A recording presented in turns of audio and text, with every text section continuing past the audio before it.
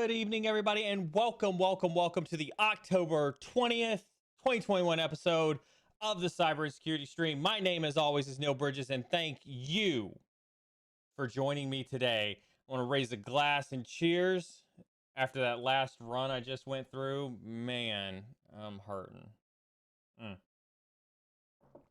Welcome to all of our new joiners as well as our regular visitors. Thank you so very much from across the globe. I'm so excited, so glad to see you. This is going to be an awesome night. I can feel it. It's the first Old Guy Wednesday in a while. We got my boy Jeff hanging out in the green room. Real conversations with real people that is direct for one of our guests, and you can catch us here every Monday, Wednesday, and Friday right here on the Cyber and Security channel. Listen, we really are here to have real conversations with real people about the state of cybersecurity and really elevate that conversation to a much broader audience. We do this because we have a problem in our industry where we don't have those real conversations about the topics that affect cybersecurity, the people in it, or the companies that we protect. And it is because of this, and it is because that cybersecurity is an ever-changing landscape, that our goal here is to focus on multiple aspects of that industry. Listen to me. I had somebody show up in my DMs with this, and then they were so grateful that I harp on this every single stream. And so I want to harp on it again. I want to share with you, you are not out of your league on this channel. No matter how many years you've been in cybersecurity, no matter your discipline, whether you're red team, blue team, risk and governance, it does not matter. We are here to discuss the industry impacts of the current landscape and the art of the possible when dealing with today's cybersecurity issues. So, if you're an experienced veteran in the cybersecurity industry, thank you so very much for coming and sharing your experience and your commentary with us. If you are new to the field, thank you for coming. Welcome. We got you. Whatever your need is, we got you. Whether you barely know how to spell cyber or as somebody who was born into cyber, this stream is for you. I don't know whether to say this or not, because he's just going to give me crap for it if I say it, right? We regularly try to have professionals from across the industry. Unfortunately, my professionals are out of touch today. None of them were available. None of them were available. So I bring to you... There you go. Why would I give you grief about this? This is your same shtick every time. Yeah. We got Jeff. That's all that matters, right? We got Jeff. We're not going to say he's a professional. We're not going to be mean and say he's not a professional. We're just going to say we've got Jeff. We've got Jeff. That's it. We've got Jeff. I mean, he's a professional in that he works in cyber, if that counts. I am in the industry. You are in the industry. That's right. We do know that you're in the industry. We also have people who matter more than you and I both, Jeff, are moderators. We do have moderators in chat. Thank goodness for them. Thank goodness someone matters here. Hey, at least they're not yelling in your ear. They're not yelling in your ear. No, it's just you yelling in my ear. That's all I got. Hey, you missed it. You missed it. I actually need to get Carmen's number so I can text her what I want her to yell in your ear in the middle of the stream. What's there are these streamers out there that do the text to speech whenever there's stream alerts. Like, you know how we get sometimes the we get the subscription that pops down for people who subscribe to the channel, become members. And then some of them got the text to speech whenever something happens because you can attach little messages to them. There's some pretty funny ones out there. And that's what I just envisioned you said when you I'm going to text Carmen and tell her what to say in your ear. It's like I'm going to be talking to you and she's going to just yell in my ear. And I'm just going to be like, it won't be that. It'll be something else. What just happened? You'll just arbitrarily start to laugh. We do have moderators in chat, Jeff. And I want to personally thank all of our moderators because they have heard this every single solitary stream and they put up with it every single solitary stream. And they don't give you grief for it? Oh my God. The sub chat after hours, antics, the you know, here's one I've talked about doing a behind the scenes I was gonna before. say Neil's letting us in on the behind the scenes. If I were Cyber to and security if behind I the were to scenes. show you what happens in mod chat when the moderators are like it's truly a cats out of the house, you know, type of thing the mouse will play in mod chat. I've never seen Carmen say some of the things that she has said in mod chat. I don't believe that. I don't believe that. She's too nice. You know, she has her own emote for a ban hammer. Like, it was formed because of her affinity for banning people. So you're saying that she's not as nice as I keep telling people she is? She's nice to I know you're not gonna say she isn't. She's nice to everybody. She's nice to everybody. But Okay. in addition to Carmen, my lovely wife, moderating the chat, we do have several moderators in chat. Moderators are here to keep chat free of sexist, racist, misogynistic, elitist, and otherwise toxic behavior. We have a zero tolerance for toxicity on this stream. 100%. We don't tolerate it at all. And so unless it's you giving me grief. Unless it's then we me, tolerate it. and then we tolerate it, right? It's like unless it's totally endorsed. 100%. Right. That's not toxic though. That's professional respect for each other, right there. Oh, okay. You're right. Yeah. My bad. I'm gonna do something that I just realized that I didn't do before, and my moderators are gonna yell at me so hard for this. My moderators are gonna yell at me so hard for this. But I gotta move this. Like it's in the wrong position. What are you doing? I'm moving my stream alerts because somehow they got moved. You're like playing Space Invaders on stream. No, I could play Space Invaders, but no, I'm moving my stream alerts. Okay, there we go. Awesome, fantastic. I had to do that. It was so bothering me. It was so bothering me. I was like, why did I lose this? How did this happen? So this is what happens when you change systems and you change layouts and things. It was there before. Yeah, no, it was there but see, I changed scenes and I didn't carry it over when I changed the scene. Zero tolerance for toxicity on the chat. We do, we're very, very strict on that. We don't allow any toxicity. We don't have any toxicity. Moderators are very, very good, about keeping toxicity out of the stream. This is a great time to hit ! Discord. Make sure you are in Discord. So that if you are timed out or banned and you feel like it was not warranted, you can talk to a moderator and work with them on that. Devnol Zen. Oh my God, Devnol Zen, the first cyber protege, upgraded to cyber protege for that one-on-one mentoring action. Glad to see you doing that, Devnol Zen. Free Procter and Gamble. We'll talk about that here in a little bit, Jeff. We had some fun last night with the Procter. We tried to do a little, GME Wall Street bets, type of action with some Procter and Gamble stock last night. How'd that work out today? Yeah. I think we saw a dip of 40 cents last night when we sent the tweet. We're gonna attribute that to us and say that we had a 40-cent effect on their stock price, but who knows?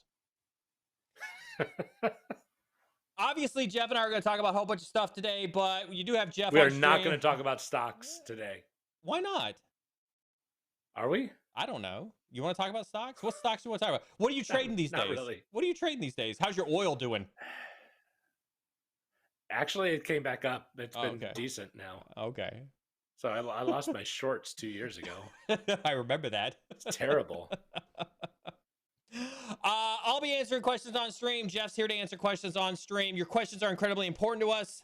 They are the prime value that comes from this stream being live. When we talk about questions, anything cybersecurity related, obviously, I don't rule out anything that's INE related. It's I advertise this as being like one of the most accessible chief content officers that exist out there, for training content. And so happy to answer. It was a big day for you, dude. It was a huge day for me. Yeah, it was a huge day for me. That was pretty cool. I don't know if everyone. I think you need to go over it a little bit because I don't know if everyone knows. I will. As soon as I get through my intro. Am I jumping the gun? You jumping the gun. I'm sorry. I got to get through my intro. I'll be quiet. No, you don't have to be quiet. You don't have to be quiet. I want to reach over and pet you on the head. It's okay, Jeff. It's okay. See, there you go. There You we know go. you got Oh, other way. you've Other way. officially. Oh, actually, that actually works really well. Hold on. Do it again. Do it again. Look, there it is. Boom. I'm patting Jeff on the head. You've made it into meme world. BSEC has memed you. Uh-oh. Oh yeah. What did I do? Oh yeah. Oh yeah. My mom would be so proud. You have been digitized in eternity in the meme world by BSEC. Okay, is it better or worse than the chair dancing? It's I better. just need to know. Is it better or worse than your chair dancing? It's that Jeff awkward smile, like. It's like, I don't know where this is going. Smile. I don't know what's going on here. Your questions are very important to us. Obviously, if you don't want to listen to these two old guys like rattle off like the two old guys from the Muppets, if anybody's old enough to remember the Muppets on the balcony yelling at the people down below. No one's old enough to remember that. We do ask that you ask your question only once, or say your antics only once. Doing it more than once may be considered spamming and may result in a timeout or a ban. Yet another reminder to hop over into Discord, just in case you get timed out or banned because you spammed a question. I do promise you that moderators do swoop up all of those questions. I was very transparent on last Friday's stream about how the Q&As work and the system and the process that we use in the back end to gather up all the questions. So we do see all your questions, and we do our ever-loving best to get absolutely every single one of them answered on stream in our time together. We do broadcast via YouTubies for our regular scheduled broadcast, but you can also catch the VODs over in the video section on YouTube. Bottom line is, hit that exclamation point socials and do get access to all of our social media accounts, including TikToks, where you can see me slap the XDR out of BSEC. We are here for you, the community, and we do strive to bring you the most intriguing opinions, points of view, and conversations in the cyber industry each and every stream. We appreciate all of our subscribers, all of our members. Thank you so very much. I'd like to thank all of our veterans for their service and sacrifice, past, present, and future. Cheers. Thank you. We do appreciate your service. I'd also like to thank our partners in no particular order. Battleship Security, Attack IQ, VMware Carbon Black, Query.ai, Net Abstraction, @Root Beverages, which I am still waiting for my updated shipment of @Root Beverages. It's been like 3 weeks for you. It's been months. What did you do to them? We sold them out. This community, I got a message from that company that said this community is the reason they are sold out. That's a good problem to have, I suppose. That stuff's awesome. The stuff is awesome. I love it. And Josh Mason, the Cyber Supply Drop, thank you so very much for. Be sure you do hit that exclamation point partners and do support them. It is because of partners that we have prizes and discounts to give away to you. At the end of the day, speaking of you, we ultimately do this for you, the viewers, and none of this would be possible without you. And so our biggest thanks at the end of the day goes out to you, Heartsies, Super Heartsies. I love you. We do this for you. We have been, and we will continue to deliver you content as long as we can. And any and all proceeds earned on this stream do go directly to continue to improve the quality of the content and the giveaways. Speaking of giveaways, Jeff, we got 2 massive giveaways. Now, I'm looking at the concurrent viewers. I'm not really happy with this concurrent viewer number. I want to see that number go up. I want to see some hype in chat, especially if you want me to give away some of the stuff we got to give away. We got 2 giveaways, 3, maybe 4 prizes to give away tonight. INE Premium sub. I want to congratulate one of our own community members, Jeff. So, before we talk about anything else, I want to give a massive congratulations to one of our very own community members, Doc Jade. If Doc Jade is in chat, Doc Jade has been a longtime member of the stream. He released his first course today. He released his first course, Linux 101. What was he doing? He's doing a Linux 101 class. And I couldn't be prouder. We've talked about the value of instructing. We've talked about the personal growth value. We've talked about, just what it means to be a contributor and to give back to the community and developing those classes. And I couldn't be more proud of Doc Jade for that. And so Doc Jade has volunteered to give us 2 free vouchers for his brand new Linux 101 course. And so we will be absolutely giving away 2 free vouchers for his brand spanking new Linux 101 course. So I couldn't be more prouder of him. Couldn't be prouder. Cheers to Doc Jade. I'll drink to that. Jeff, as you alluded to, super exciting news for me today. Yeah. And when I say super excited, right? Like Neil texted me in the middle of the day. It's like, woohoo! I knew it was exciting. This has been a multi-year endeavor. We started this before I ever was full-time at INE. Wow. That's how long we've been working on making were you part of the identification part of this? Yes. So yes. Before you even started with INE, you were like, hey, these guys, they know what they're doing. We should take a look at partnering with them. Or were you looking at a merger or a buyout that early on? Or like, walk me through that. Yeah, absolutely. So this is super interesting, right?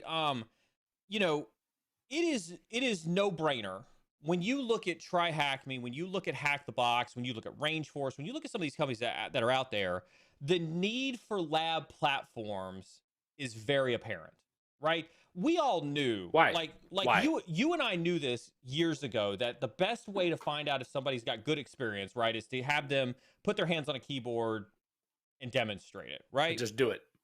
It's always been challenging. This is why one of the big questions we get, right, is about home labs. How do I build my own home lab, right? Because it's always that chase to try to get that hands-on experience, right? I think that when you look at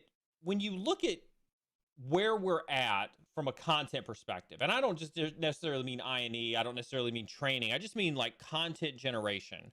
I think it's become so ubiquitous that we can do what you and I are doing right now, Jeff. We can turn on a camera and you and I can sit here and BS about cyber all day long, right? I can turn on the camera and I can do TryHackMe and Hack the Box, right, all day long, right?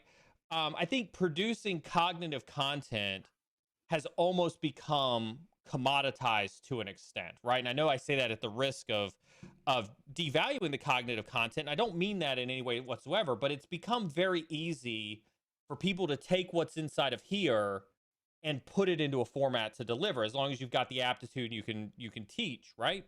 What's become hard is creating an environment, and I would call this, you know me, I like to talk about things in terms of good, better, best, right? I think it's good enough for you to create a lab environment in your home where you've got like a Kali VM and a Target VM and you're just like attacking the two of them. Like that's good. That's good enough, right? I think it's better to have an environment where you create these lab scenarios that allow you to attack, but you may not necessarily learn something out of them. And let's talk about what that learning looks like, right, Jeff? Because I can put you down in front of a computer and say, go hack this box. But just because you can repeat steps 1 through 5 doesn't necessarily mean you learned something. And or that I can go out in the wild and do it. Exactly. You know, exactly. One variable changes and all of a sudden I'm just like twiddling my thumbs. Exactly. Yeah. Exactly. And so when we sat out years ago, and I remember having this conversation with Richard, the CEO, right, years ago, when we sat out and started to look at lab platforms years ago, we knew that INE had just excelled in the cognitive-based training. I mean, when you look at instructors like Brian McGann, Keith Bogart, Tracy Wallace, right, those guys have been just crushing it in terms of their cognitive content, right? But we needed something that put us above and beyond from a lab content perspective. And I can't even begin to tell you, I wasn't even prepared to realize how hard this was from a business model perspective until we went out hunting. And when I tell you, like, we approached, like, if you could, like, chat, if you can think of a company out there that does this, we probably approached them, right, about this. We hunted for companies that we thought would be the best given what we were doing and where we wanted to go from a lab content perspective. And I was not prepared. I was not prepared. I was not. What? Like how long it would take, or just no, that people wouldn't be chomping at the bit for it? Not even that. Just you know, what you experience on the consumer side when you start to peek under the hood and realize how hard it is to do that, to realize that it's not scalable in some of these cases that we looked at, to realize that the integration between the two technologies, So right? you approach them, you find out that they can't scale, and you're like, Oh my, just kidding. oh my God. One company that we talked to, and and it was a company that I had in my sights when Richard first posed this problem to me. Um, and again, this is when we talk about this, chat, like this is behind the scenes of what mergers and acquisitions look like, right? M&A activity.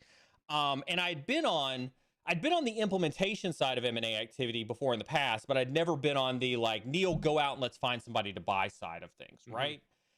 And so like as we start having the conversations with some of these CEOs and we're telling them what we want to do and what our vision is and where we're moving towards the future, and they're like, yeah, our technology really does not work like that. We talked to one company at one point in time, and the CEO, after hearing what it was that we wanted and what our vision was for a post acquisition world, literally was like, nope, we will never be able to help you with that.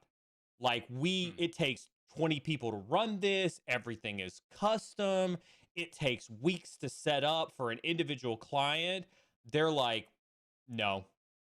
And Richard and I took a step back on this, and we were like, holy cow, is our assumption of what it takes to do this wrong?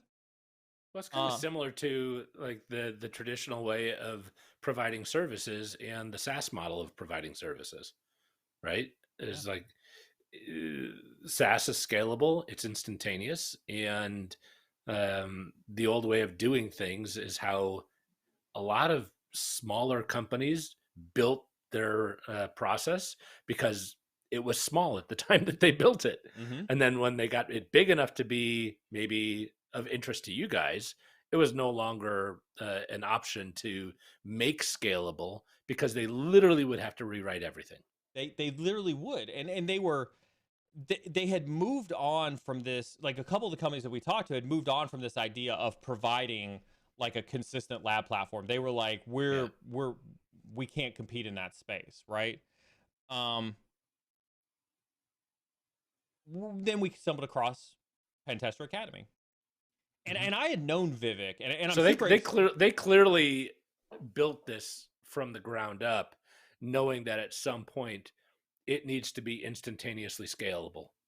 And here's the thing: I've known Vivek for years, right? I knew him when he wrote his first book. I knew him when he found one of the first Wi-Fi hacks that were out there, right? And I'm super excited. We're gonna have him. There's going to be a stream on Friday. I will either have him on Tea with a Hacker, or we will be doing an I&E stream on Friday with Vivek. One of those two things, or both of those things, will be happening on Friday. And so it was when the opportunity came to have a conversation with Vivek in Pentester Academy, and we started to lift that hood and look at the technology that he had built. I knew the dude was smart before. The way that he built this infrastructure blew my mind. Like this, I talk about these flux capacitor moments that I have, right, from the Back to the Future moments, right, where you hit your head on the toilet and you get this idea and you're like, right? How many times have you hit your head on the toilet, Neil? I can't remember. Wrong answer. I was in tech school for a little while. All right. We were in Biloxi, Mississippi at $1 blackjack tables. I've hit my head on the toilet a couple times. I just don't recall. That's okay. I just don't remember. About it. Someone told me I did. Yeah. I don't remember. And so when we started to look at his technology, when we started to look at how he built this infrastructure out, when we started to look at, and he's got like an agile team, which, you know me from the military days, man, I love the agile team structure. And so when we looked at his team and we looked at his technology, we looked at what he'd built, like I think Richard and I came back and we were like we had that moment where it was like, this is it. This is it. Mm-hmm. We knew that this was the future, not only of lab platform training, but of where we wanted to take, where Richard and I's vision of career paths, and where Richard and I's vision of doing this type of lab-based training across cloud security, networking, development, DevOps, programming. Like even though Vivek has been focused in on security for the last 7 to 10 years that he's been doing this, when we started to everything. Oh my God. Richard and I. So is it your intent? Is it your intent to? I know right now things are still separate, right? Yeah. You've got their platform and your platform, but is the idea to bring that lab technology into every one of your training classes, and it's going to change your curriculum as a result? So yes, right now, and again, right now there is no changes, right? The acquisition just closed today, like all the paperwork signed. There's no changes, right? And that's a lesson. And again, happy to talk about this for anybody who's listening in chat, right? Who remembers the eLearn Security acquisition. We learned a lot of lessons from the eLearn Security acquisition, and that's just being 100% transparent. There were so many lessons that we learned from making an acquisition that big, Jeff. And so we're learning from those lessons. What were the maybe the top 2 or 3 the lessons that you learned from that one? And then I'm going to follow that up, by the way, with how did you apply those lessons to this one? No, that's fair. I think one of the biggest lessons we learned from eLearn Security when we acquired that one, we didn't respect the value of the community that came along with that acquisition. I think that's me being transparent about that. We didn't understand it. What do you mean you didn't respect it? You didn't value it? You didn't know what it could do for you? We didn't understand what it meant. We didn't understand what it could do for us. We didn't understand its place in the business model. We didn't understand the voice of that customer base. We didn't respect that entity as it came along with the acquisition. And so I think we made a lot of mistakes through our own assumptions of that ultimately hurt us. Hurt us. I'm not even going to sit here and lie. And then we made some we made some really bad, even though I was a full-time at the time, I was a contractor with them, working on, on the side. I was still there for a lot of those decisions. And so I still say the proverbial we, because I was there with the team as they were making these decisions. I think we I don't think we handled that transition and that like we're all one team appropriately, right? We didn't join together as one team quick enough to solve the problems that we wanted to solve, right? I think that was kind of problem number 2, is we didn't turn around and say, we're all in this together, right? So how did that impact you guys and the that acquisition or the merged companies at that point? I think it slowed us on the innovation, right? That company existed on itself as an existing business unit for years, almost operating as a completely separate business from I&E. Okay. Right. Everything from a P&L all the way down to at the tactical level. Right. And so we lost a lot of momentum in our strategy of accelerating that content to the I&E standard of content that was there, right? And so when we look at that and we look at Pentester Academy, right, the first thing we want to do, right, is announce this acquisition. We want to welcome the team better. We want to welcome the community better. We want to understand the client base that is there. We want to understand, more about, what kept them, what's made them happy, where have they valued that training, and we want to welcome them into the I&E family in a much more inclusive fashion.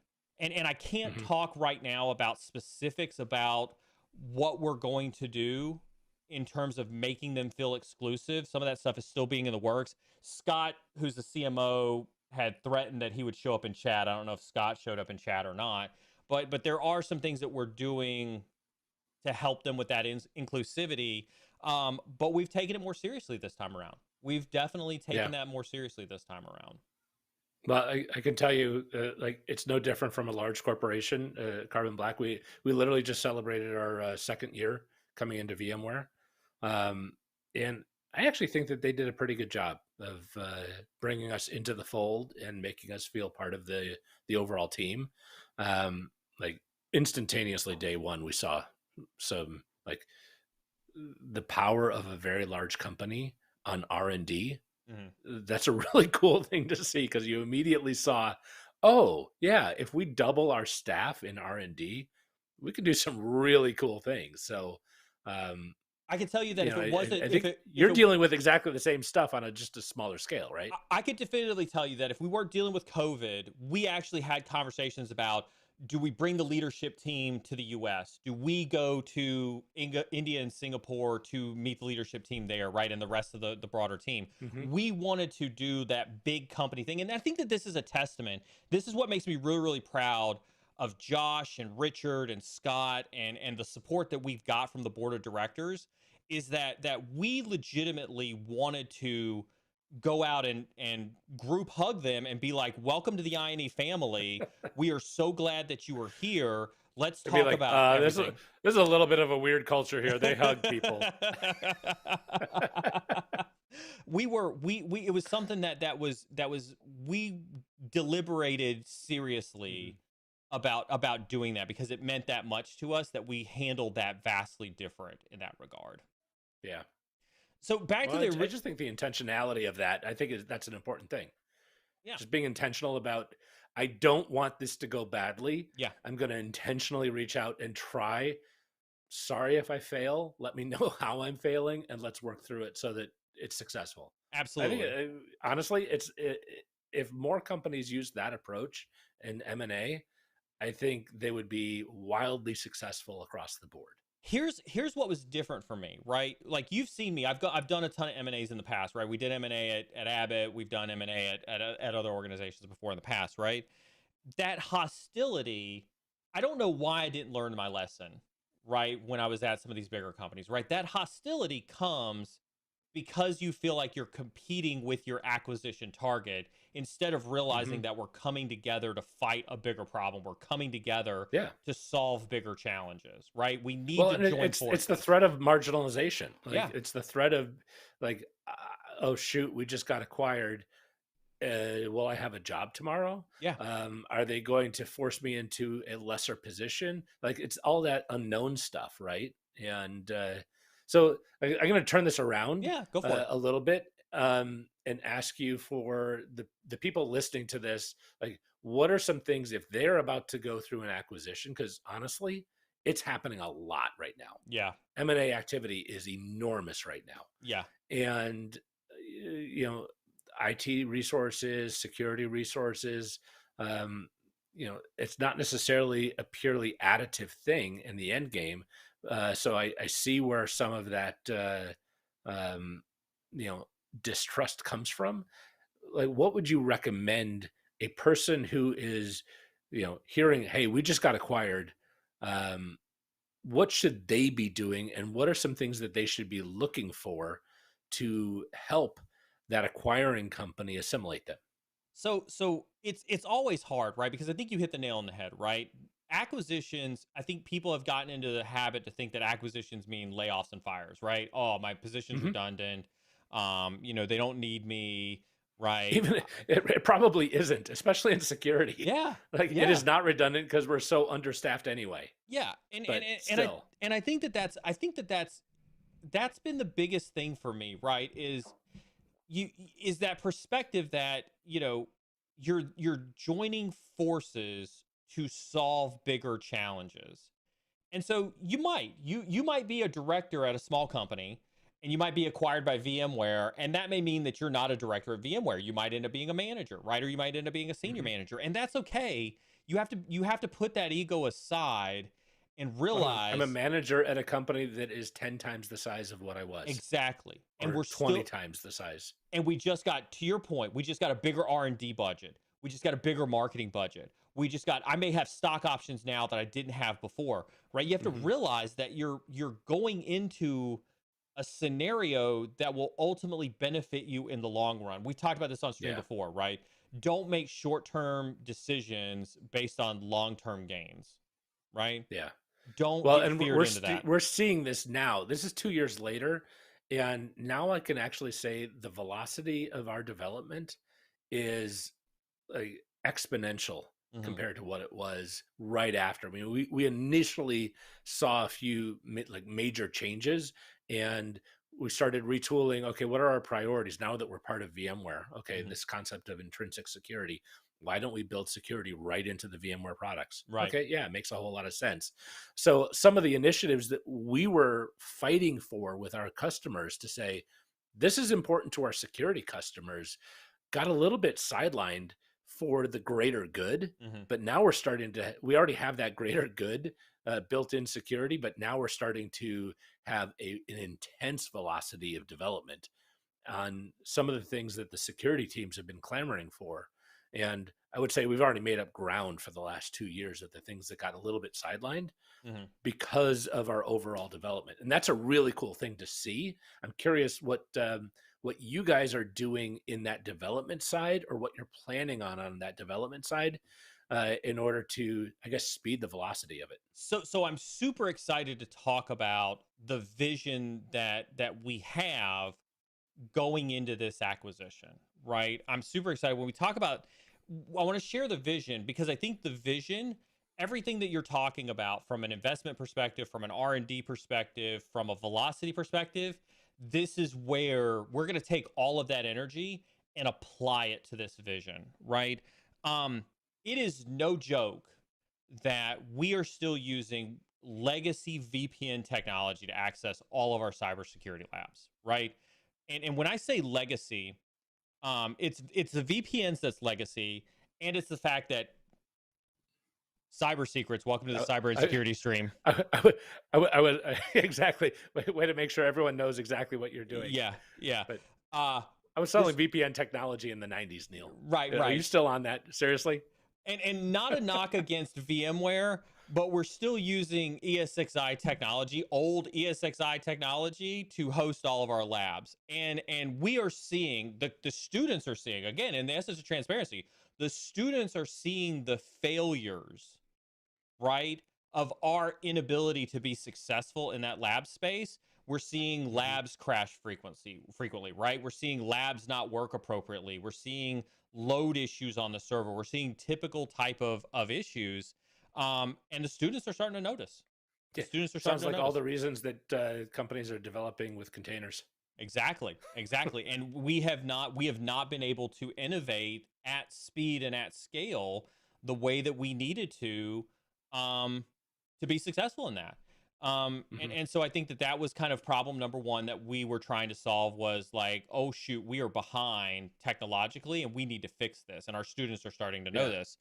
On top of that, the networking guys, right? When you look at CCNA, CCIE, CCNP, right? A lot of the, like, as we move towards a career path focused model, um, like we were still using racks in a data center to get people their CCNAs and CCIEs and things like that. We were still using physical hardware, routers and switches and things like that in a data center, which was costly. On Hmm. cloud, we had not innovated the where we needed to with hands-on labs in terms of the cloud space. And so when we think about this acquisition, right, we're super excited. Like, there's 2,500. Let me say that again. There are 2,500 cybersecurity labs, excellent quality cybersecurity labs, that we are so excited to have gotten with this acquisition. And we're thinking about, how do we get 2,200 cloud labs? How do we get 2,200 network labs? How do we get 2,200 development labs? And then how do we wrap all of this awesome cognitive content that we've been so well known for over the years? How do we match that cognitive content up with this lab platform where you don't have to VPN? It's all containerized. You're using web browser type stuff, right? So you don't have to worry about asking for permission in your business to open up a VPN tunnel to access the labs. Um, there are, I can't give this secret away because this will actually be a competitive secret. But we uncovered something during this acquisition that is so massive. We have shared this with some of the people in the know, with some of our largest competitors that are out there. And I could definitively tell you that there is something that we have in the works that none of our competitors do. Amazon doesn't even do. And it's on Amazon's technology. That will literally be the most massive differentiator that we didn't discover until we were going through this M&A process. And when we hit it, it was literally like striking gold, Jeff. Like I have butterflies in my stomach now thinking about this. We took it, we showed it to some trusted people who were in the know at Amazon, in the know of some of our largest competitors, and they were like, this is huge. They were like, Game changer moment. Game changer moment. And so like that was like, I'm telling you, like I got butterflies right now thinking about it because it's so freaking cool. And it's something that we're going to be able to apply across every lab environment that we develop moving forward now. And so like that for us, that was the moment for us. That was the moment where we knew we were going to change training forever. We were going to be able to give students such an awesome environment where they could do cyber, where they could do cloud, where they could, you know, imagine a world where you can have, you tell, dude, like I'm so excited. You're geeking out a little bit. I'm so geeking out on this so much, right? Because like, and I love Try Hack Me, and I love Hack the Box. I'm not trying to bounce off this, but imagine a Try Hack Me and a Hack the Box for cloud security, for networking, for development. Like I showed Exorcism. Chat, remember when I showed you Exorcism the other day? Imagine that in a cognitive and demonstrative learning capacity with labs that interact across all the different verticals, right? Imagine the visualizations, as we talked about, career paths that we're still slated to do for 2021. When you bring all of that together, that's the vision that I see this acquisition literally accelerating us past a lot of our competitors and being the number one training provider in that space. So I kind of look at training, though. I'm going to push back a smidge. Go for it. Have at it. I kind of look at training. It's been in this siloed world. Hey, I want to go get trained on this piece. So you get trained on that. Oh, cool. I got a certification on that tool. Yeah. And then what else do I want? Okay, I'm going to go get this piece of training.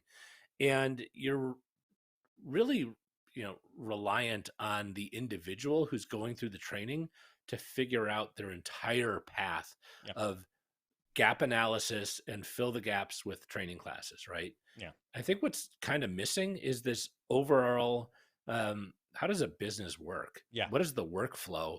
And what are the gaps that I need to fill in training that I need to go a little bit deeper dive into? But maybe there's a shallower piece that ties those deep dive understandings of security and cloud and all these different things together that says, okay, here's a bigger picture that ties this, and this together. Yeah. And it allows for you to actually be an architect to develop the whole solution.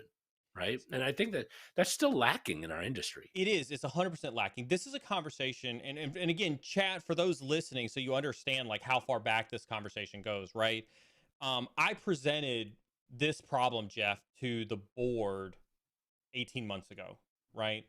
The problem is, and we've talked about this a little bit on So I want you to go into a little bit of the problem statement you gave to the board. Yep. And I'd like for you to go into what observations you had that created that gap, that then created the value prop of, if we do this, then this will be the value to the board. So because I think that is applicable to every person listening on this stream who is trying to get funding or trying to, get their project valued by people who have money. Absolutely. 100%. But that sounds like that's exactly the process you went through. That is exactly the process that I went through. And it started with, for me, listening to the community, right? When we listen to the community wants to know, how do they get a job in cybersecurity? How do they become a pen tester? How do they become the greatest hacker in the world? how do they become a CISO, right? They want to understand, how do you get from your house to the grocery store? How do you get from your house to the office? How do you get from your house to the arena to go watch basketball or football, right? They want to understand the path.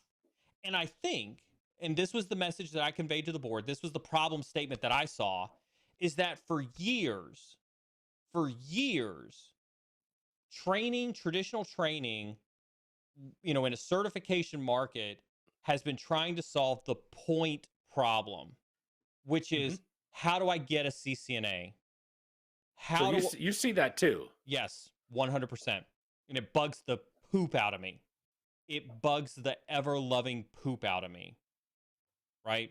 Because it doesn't help the learner across their journey, right? You can't see my hands because my screen's tiny, right? But across the journey, right? The journey's not this. This little journey right here. Right. It doesn't help them not across. This, right? Right. This is what, and again, this is no knock on, I'm not pointing this directly at any particular competitor, but just to give an example, right? CEH just solves this problem. GCIH just solves this problem. CCNA just solves this problem. There's no education that solves this problem, right? That says, I just graduated college. Here, where do I fit into the ecosystem? Neil, hold on. This problem, right? This problem here. There's nothing that solves this problem. Nothing that solves that problem. By the way, that was way harder than it should have been. It was way harder than it should have been. Absolutely.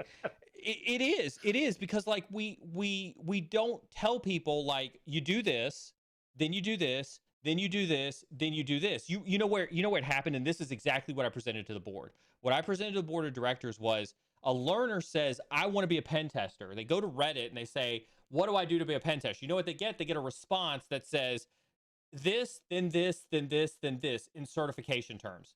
Go take CEH, then go take PTS, then go take ECPPT, then go take OSCP, and then you're done, right? And what? How, again? So our answer, the community's answer to your career, is a series of certs. And so, to your point, we're not teaching. It's like, how do you get to Cancun? Okay, I leave my house. Yeah. I get to the airport, get on a flight, get in a taxi. Yeah. Right? Yeah. But there's nothing that says, okay, how do I get from my house to the airport? There's nothing that says, how do I get the right flight? Exactly. And it's this bigger picture that we've been missing for forever. That's right. That's right. And so when you look at the vision that we had for career paths that we announced in June during Redefine, when we talk about the problem statement that I presented to the board and the solutions that we presented to the board at the time, and what we've been working towards with the ELS acquisition, with this acquisition, I could tell you that I'm probably going to announce another acquisition that's going to close hopefully on Friday, that I'll announce on Monday, which is going to be another transformative acquisition. Cyber Secrets. You've been a busy boy. Oh yeah. Cyber Secrets for everybody in chat. I got another acquisition on the way just for you. You're going to love it. You're going to love this one. It has been about not solving the point problem. INE isn't looking to solve the point problem. We are looking to solve your career problem. That's the vision that we have, is how do we solve your career problem? Well, I know this sounds like an INE commercial, and it's not intended to be. It's right? not. Okay. I don't care about. No. Like, no. I do, because you're there, right? But the reality it's a problem, though. But you've heard me on my journey. Does this not speak to something that has? Oh, you and I have been talking about this forever, and like, how many times have we had, even on this stream, how do I get a job in cybersecurity, right? Well, do I get certifications? I'm in school right now. Do I finish my degree? Those are all point questions, and that we're answering a continuum question with point answers. Yeah. And we need to stop doing that. Yeah. I mean, you've known me for well over 5 years now, right? I know you don't share with people that you've known me for that long, but I know. Has it only been? It seems like way longer. but this Has is it only been 5 years? Are you serious? 2016, 6 years. Oh shoot. Yeah, 5 years. Yeah, 5 years. no, it's a full 5 years. Actually, it's, I bet we're exactly 5 years I think we are. because I met you at that dinner, and I Yeah. think that was in October. Yeah. Yeah. So it was 5 years ago, like almost today. Cheers, buddy. Cheers. I remember that dinner. That was a good dinner. But you've known me. Like this. Yeah, and you immediately pawned me off on another person. Thanks. I did Cheers. because you were being a sales guy. Because you were being a sales guy. You're like, oh, you're at Abbott? I actually wasn't, and you know it. No, but I like to give you shit. Don't do me like that. Don't do me like that. This is a passion of mine. Like this and again, full transparency for everybody in chat, right? When INE approached me over 2 years ago to start working with them, this was the vision that I saw. The reason I agreed to work with them was because I saw the instantiation of this moment right now over 2 years ago when they reached out to me to start working with them. And so like this has been a long time coming. This is a huge passion for me. It's kind of gutsy for you to go in and say, yeah, I'm going to work at INE, knowing that they weren't where you needed them to be in order to see how it could be successful. That's a great point, Jeff. That's a great point. Let's talk about that, right? Because like I think you look at this from a maturity perspective. Stick your hand back up, right? Right? When you're here in your career, right? All your there it goes. Hold on.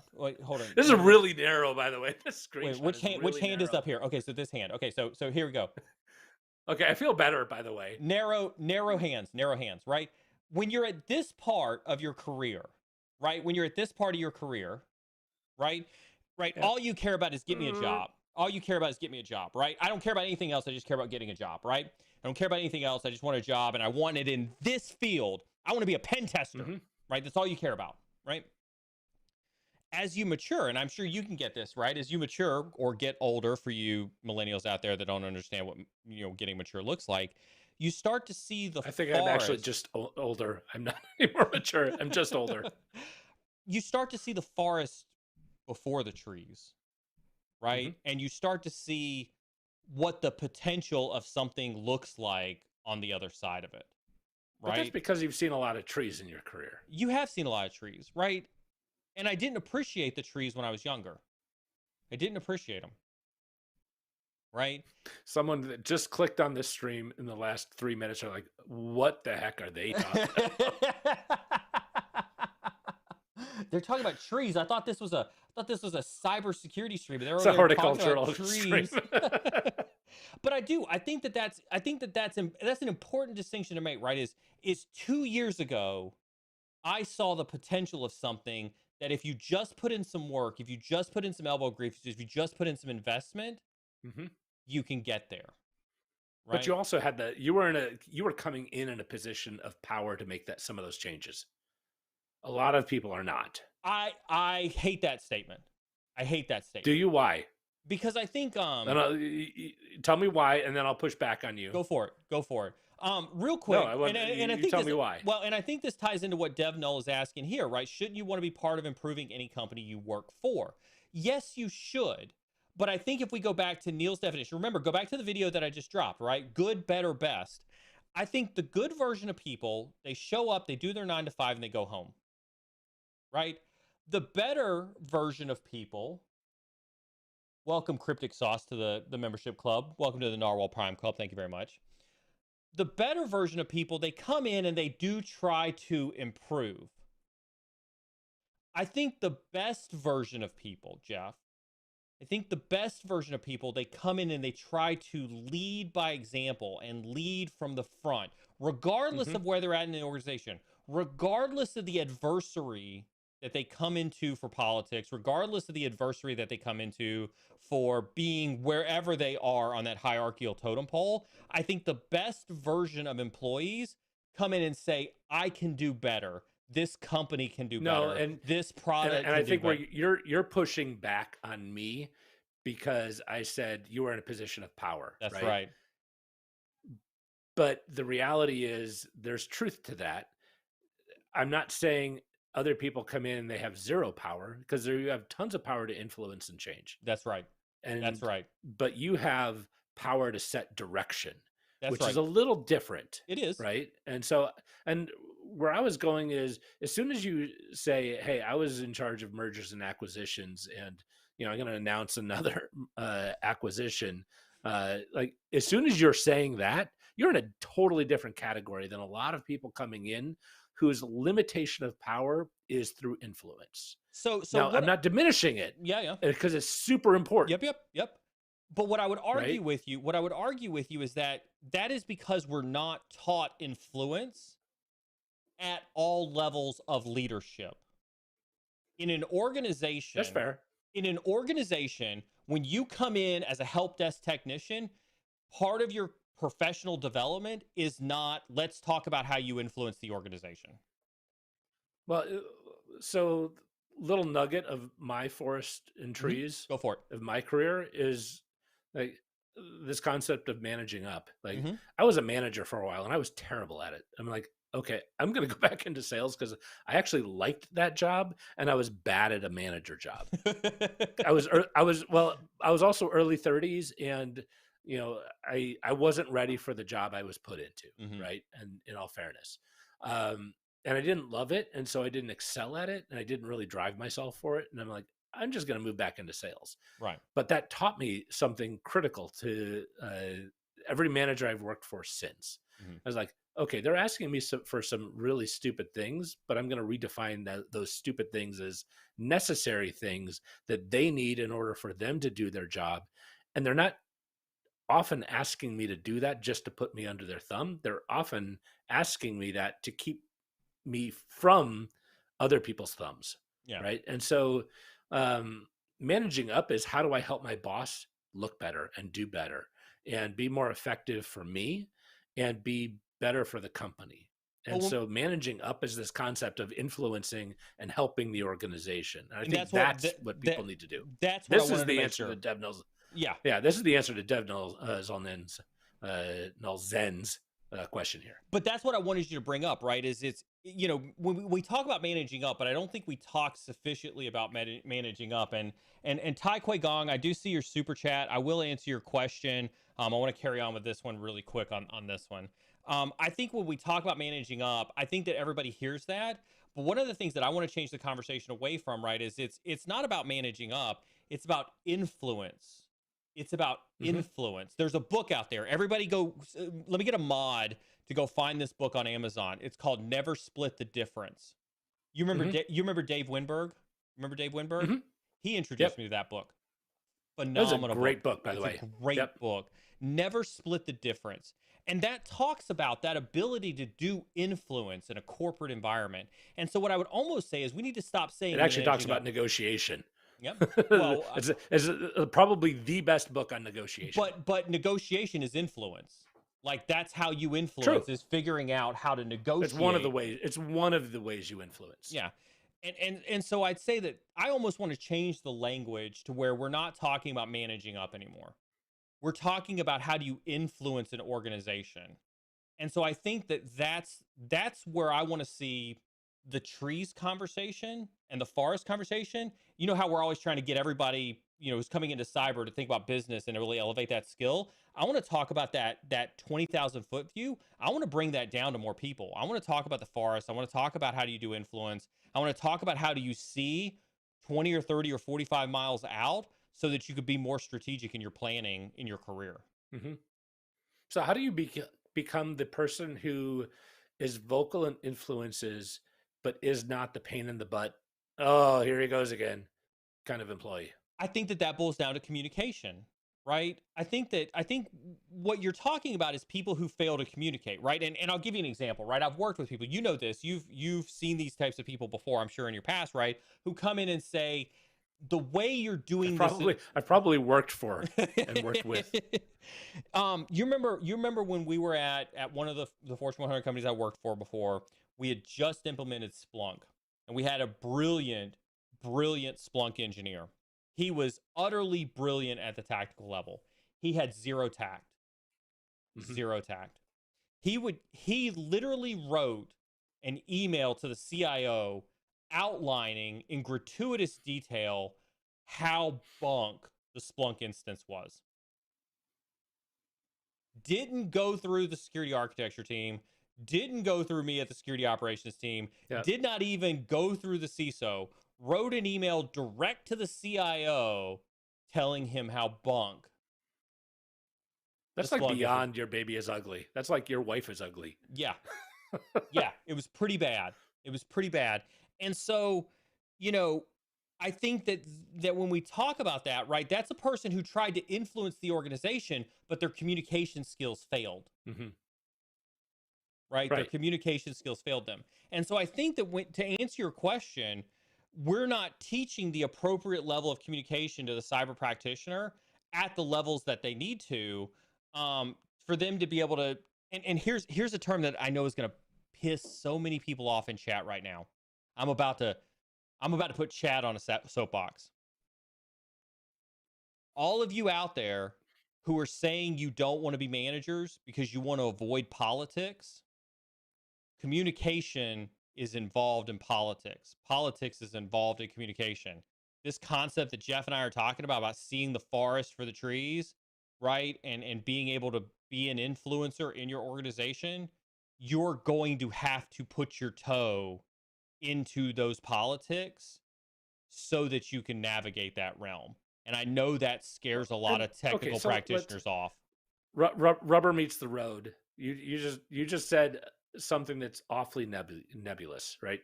Hey, we're gonna dip our toes into politics. Mm-hmm. Okay, what does that actually mean? The reality is, yes, you are, but all that means is that you're actually just going out and starting to try to figure out how people need to be communicated to, Mm-hmm. and then adjusting how you're communicating with them in order to be more effective. That's all you're talking about at this point. If you want to break it down like that, I wholeheartedly agree, right? But most people who listen to this stream who are highly technical, they don't hear that. What they hear is, oh, that's politics, right? Mm-hmm. Oh, I go talk to the director of IT and I tell them that they should use Splunk in this way, and they throw a whole bunch of, corporate BS at me. That's politics, right? We have a tendency to downplay any roadblock that corporate provides you as corporate politics, right? But a lot of the people who are listening to this stream are also the people who in geometry were like, well, yeah, A equals F. Well, how'd you get that? I just know it. Like, what do you mean? Like, it's the same kind of thing here, though. It's like, yeah, you're doing your Splunk wrong. It should be set up this way. And that's someone right. forgot to tell them that there is this proof that other people kind of need in order to understand why you think the way you think. Right. We just are intuitive. We get it. Right. And I'm kind of the same way. I'm living in the two worlds. I'm in sales, but like, I enjoy the technology, and I was definitely one of those math nerds that, A equals F and I just know it. Don't, bog me down with the details. But I find that like there's a lot of people out there that need those details or they're never going to believe you. I wholeheartedly agree. We think that I think that the practitioners say, do X this way, and I'm an expert, so this is why you should listen to me. So just do it that way. I've already seen the solution. And I think that's the distinction that but CIOs and CISOs need to see the calculation. They don't need to see the answer. They need to see the calculation. Absolutely. 100%. Absolutely. And I think that's when we talk about politics, when we talk about influence, we talk about splitting the difference in negotiation. I think that's the purpose in training that communication style, is to get you into a better position to have that conversation, to where when the CISO's like, nah, I don't really think we need to build our Splunk instance this way, you're like, okay, let me explain it to you. Like you're 5.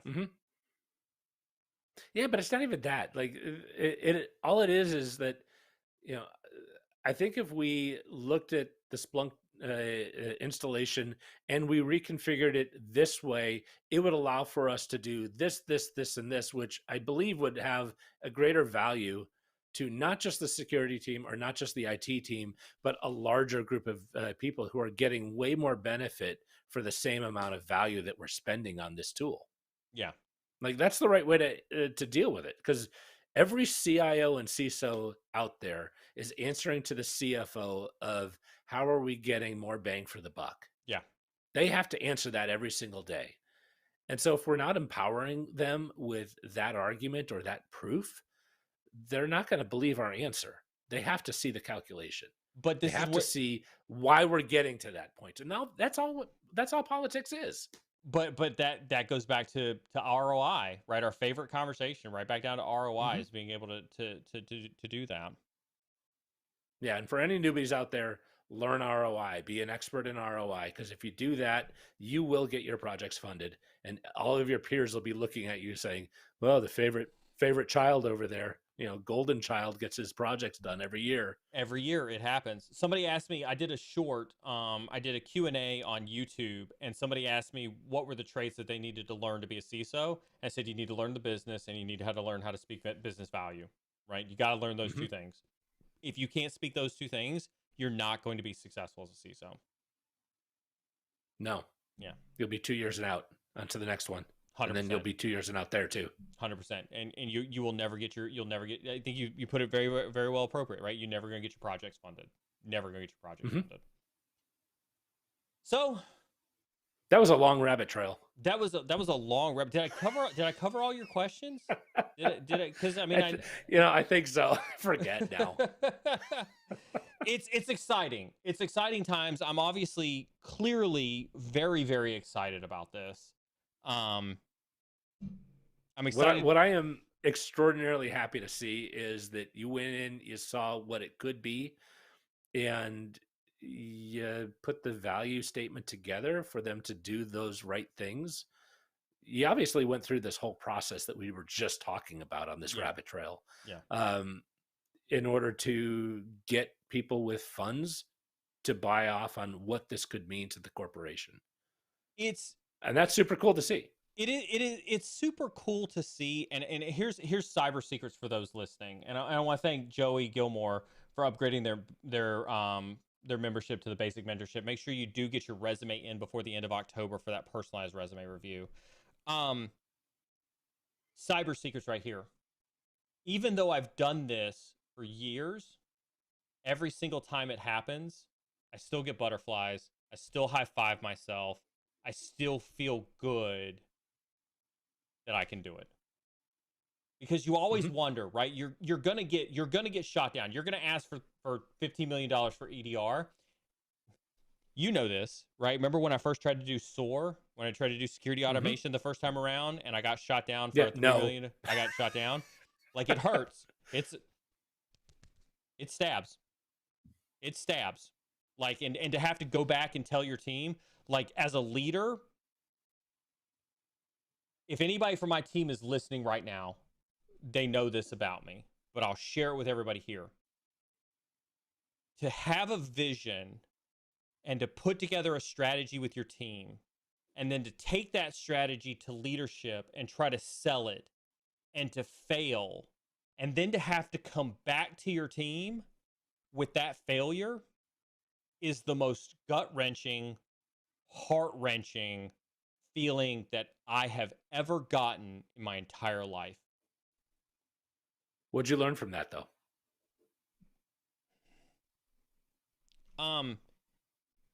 You and I have talked about this. I know the answer. Yeah, it's hard, right? It's hard because, like, it's not about trying harder, but you have to learn from that mistake, and you have to learn, where you failed in your message. You have to be able to. It's the OODA loop conversation all over again, right? Right. You have to observe your adversary. The adversary is the CFO. It's not your boss. It's not the CIO. It's the CFO. It's the guy who holds the purse strings, right? You have to observe your adversary, right? You have to orient yourself around your adversary. Well, at that level, it was probably the CEO. Yeah. $3 million. Yeah. It was a CEO. Right. You have to orient yourself. You have to make a decision on how you're going to progress with your strategy, and then you have to act when you go and deliver that presentation. And so when you get kicked in the teeth that you failed, in your actions to deliver that message to the CEO or to the CFO, you have to start that OODA loop all over again. And you have to have that mental fortitude and that emotional strength to be strong, pull the team together, say, this will not set us back, and press on with it. Because you eventually got it. We eventually got it. We eventually got it. And What, we will. What was the delta in the message that you changed from the first iteration to the second to get it funded? You know, God, that's a good question. Just what I would say is that it's we just got better about talking about the benefits, the ROI that we would get from it. Don't roll your eyes when you say ROI. It's so hard. It's so hard. It is hard for you, isn't it? I still hate it. It is so hard. It is very hard. Picard FTW says they talk so much about being a CSO and what CSOs need to do, etc. I don't think anyone watching wants to be a CSO. LOL, just SOC analyst or pen tester. Guessing, of course. So real quick on this one, I appreciate this question. Thank you so much for dropping this comment. This stream and the people that we talk to, we have such a wide scope of people who join the stream. If you're on this stream and you think that the only people who watch this stream are SOC analysts and pen testers, you have a vast misconception of this stream. We've had people ask questions all the time. They've been in cybersecurity for 15 years. I've had CIOs and CISOs and CSOs reach out to me personally in my DMs for a consulting basis regularly, based on conversations we've had on stream, based on guests we've had on stream, based on all this other, based on all the content, and ask me for advice and ask me for advisory services. If you're thinking that the only people who watch this stream are tactical level SOC analysts and pen testers, you are so wrong. You could not be more wrong. Can I jump in here for a second? Go for it. Have at it. A nuance to this. You're right about this. We do talk about being a CSO. The reality is, yeah, you're probably right now in a position of being a SOC analyst or a pen tester, and that's like within your 2, 3, 4, 5 year plan, right?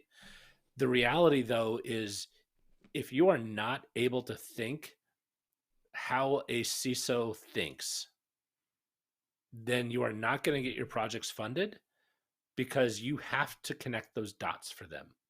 Like, you see the problem clearer than they do. Like, as soon, Neil, like, I remember this 3-4 years ago when you're like, I'm moving into management. Am I going to lose my hands-on keyboard skills? Right. Yeah. And it's like, that's a fear.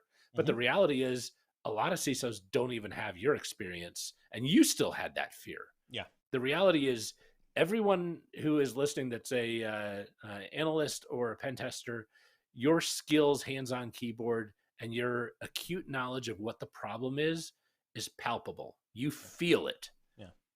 The CISO doesn't. They have to take into account the financial impact, the financial benefit, the opportunity cost, the business impact, the business risk. Those are things that they're thinking about. And the only reason we harp on it from that perspective is we have seen time and time and time again, the people who get frustrated and burned out are the ones that cannot start to think that way. Yeah. The ones that say, screw it, I'm done with this. None of my stuff ever happens. I keep telling them what they need to do. They don't ever do it. And I'm telling you, like, I'm just a sales rep, but I've seen this. I've seen it time and time again. And the reality is, you need to start thinking like a CISO in order for you to have a mental health and stay in this day after day after day, because your job is super hard. And if you don't start getting some success, you're going to go crazy. Let's put a super fine point on that, right?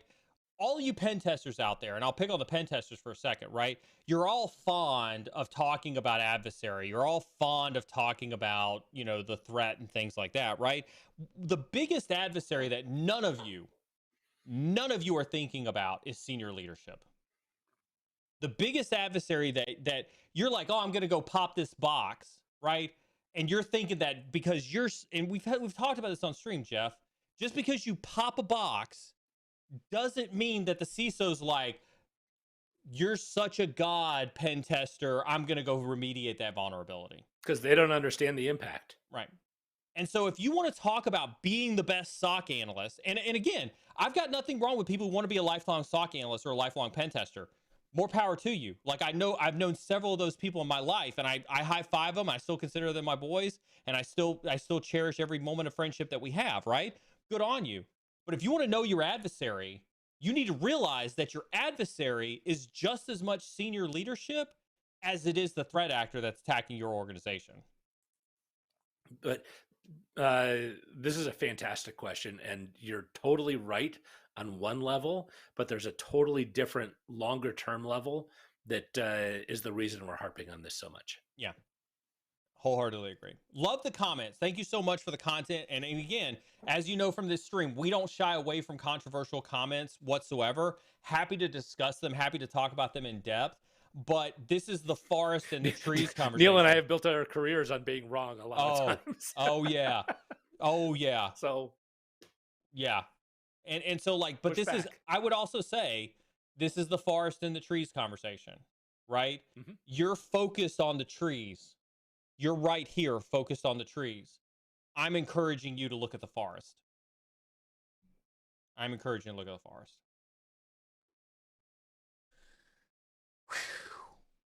That was awesome. Dude, I love our conversation. I miss these conversations. I want to thank Michael Grind. Thank you so very much for upgrading to the Cyber Protege. That's 2 Cyber Proteges. Do you know what we did when we built out the new membership tiers, Jeff, for the Proteges? I have no clue what you're talking about. So the move from Twitch to YouTube allowed us to do a lot of customization with the membership stuff. And so when you looked at the Twitch subs and things like that, we couldn't do anything. We couldn't do anything for the members other than give them emotes, which to some people is fine, but we were just really unhappy with that. We redid the memberships when we moved to YouTube. And so you've got the small, so we've got the very, very basic narwhal calf. I figured you'd appreciate that, the narwhal calf. For people who just want to support the stream. Like, hey, Neil, we like what you're doing. I don't need anything awesome. We're just going to here to support the stream, right? And we've tried to stuff as much awesome stuff into that narwhal calf if you just want to support the stream, right? We've got the narwhal prime. If you're a fan of sub chat, for those who don't know, subscriber chat is a place where you'll catch a lot of us in after hours on the non-stream days, BSing, talking about cybersecurity topics, trading stories and things like that. You can oftentimes catch a lot of us into sub chat, and that's what the Narwhal Prime sub gives you. But we were able to add 2 basic career benefits that we weren't able to do over on Twitch. And so the first one was basic mentorship, where I actually, we've got a Discord channel where if you're a basic mentee, you can drop your resume, you could drop your LinkedIn in there, and I literally sit down and I do a customized YouTube video just for this person. They have customized access to all the customized videos just for this person, just for their resume, just for LinkedIn.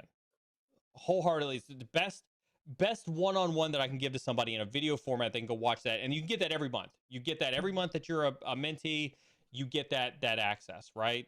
And then we gave one more. We gave a tier above that, which was a Cyber Protege, where I'm actually doing one-on-ones. I'm doing group mentorships. I'm doing that individual type of mentorship with folks at that protege level. And so I'm super excited. Thank you so very much to Devnal Zen and Michael Grind for deciding to kind of take their career to that level and become proteges. And so I couldn't be happier with that. It's so nice. All right, so we've been doing this for a year and 3 months. You've been doing a little bit longer. I was gonna say we've been doing this for a year and 3 months, but you and I have been BSing over drinks and dinner for a number of years. Oh yeah, I know that. I know that. Best questions over the last couple of years for you, you get you're up in the, tens of thousands of questions that you see come across the screen at Yeah. this point, right? Yeah. What are a few that you're like, oh, that was a great question? Can I answer that differently? Instead of this is a great question, I want to tell you the types of questions that hit me in the feels. Okay. And again, I say this, right? I don't have a problem answering what cert should I take. I don't have a problem answering what career path should I take. Those questions I don't have a problem answering those. I was going to ask you the next one, which was the most hated question. But go ahead. It's not a hated question. It's absolutely not a hated question. And I know that it's an important question, which is why I'm trying to focus on more short-term content to address that question. This week when we dropped the 1,000 Connect Challenge, if anybody hasn't seen it, you can actually go and see the 1,000 Connect Challenge on YouTube right now. And it's 11-minute video. It's awesome. Real quick, I'm just looking at the time. Sec IT guy, go ahead and start the giveaway for the Linux 101. We're going to go ahead and give away 2. And again, I want to give a huge amount of shout out to Doc Jade. If you see Doc Jade in chat, if you see him in Discord, give a massive amount of credit to Doc Jade, both for putting forth content and releasing a cord. No, I didn't put a 30-minute timer intentionally. Don't ask me a question like that on stream when I can't answer it. Carmen yelling at you in the ear. Yes, she's yelling at you outside of the ear now, isn't she? Exactly. Huge kudos to Doc Jade for it, and then props to Doc Jade for giving us some of his courses that we can give away on stream. So we'll run that giveaway right now. But back to your original question, right? What I would say is the questions that I love to answer more than any other question are the ones that I can tell by the way the question is worded. There was thought that went into it, and the person wants the answer not to check a box, not to solve some immediate need that they've got today, but helps them think about the bigger picture of cyber or the bigger picture of their career. I've had questions like, hey Neil, I'm at an impasse. I've done EJPT. I've sat as a SOC role. I really, have this desire to do X, but I feel myself moving in Y. How do I reconcile within myself the decision I need to make to move one way or the other? Right, that's not asking me to decide for you which way you should go. Because that you went through that exact same experience. Exactly. Those questions I love to answer because I get to talk about my experience, and I get to say, here's my thought process. Here's where I failed. Here's where I succeeded. Right. And here's how I can help guide you into making that decision yourself. Those are the questions that I think, hit me really hard in the feels. You know what else hits me hard in the feels? It'll never get old. Getting DMs. Listen, chat, listen to me. I read every DM. I respond to every DM. It might be a week. It might be a month. I respond to every DM.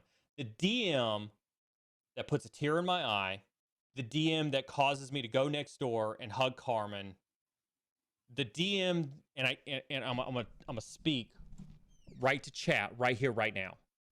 The DM that gets me up every day to come and sit in front of this camera and stream to you, the DM that causes me to produce content, the DM that takes time away from my family to spend with you are the DMs where I've helped people in their career. The DMs where people are like, Neil, you said X, you told me to do X, you recommended X, and I got a job. I got a promotion. I'm such a better person. I have better mental health. I have better physical health. Talk about your physical health conversation. We talked about this in the green room before we went live. Well, some of this is, just having,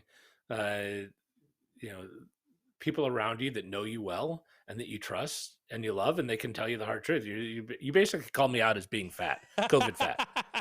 You did. You didn't say it, but you did. And that was 3 or 4 weeks. I'm down 12 pounds in 3 or 4 weeks. Yeah. And so, and some of this is like, I used to play basketball 3-4 times a week. There isn't basketball right now. Like, and last Friday was the first time I played pickup ball in a year and a half. And I'm giddy for Friday afternoon to go play pickup ball again. Yeah. So thank you. Cause like you need people in your life that you can tell you crap and not hate them for it. Yeah. You need to have people like that and not take it personally and not get down on yourself. But honestly, I need to like lose some weight. I need to, play more basketball.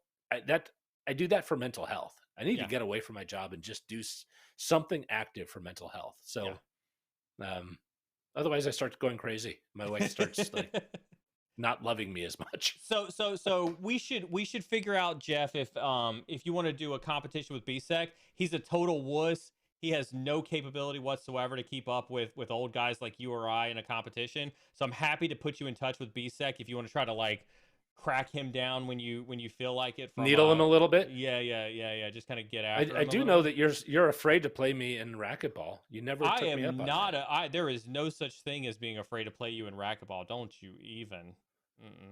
Not happening. I'm giving up 10 years on you, and what, 70 pounds now? No, you're a little lightweight. Not happening. And let's go.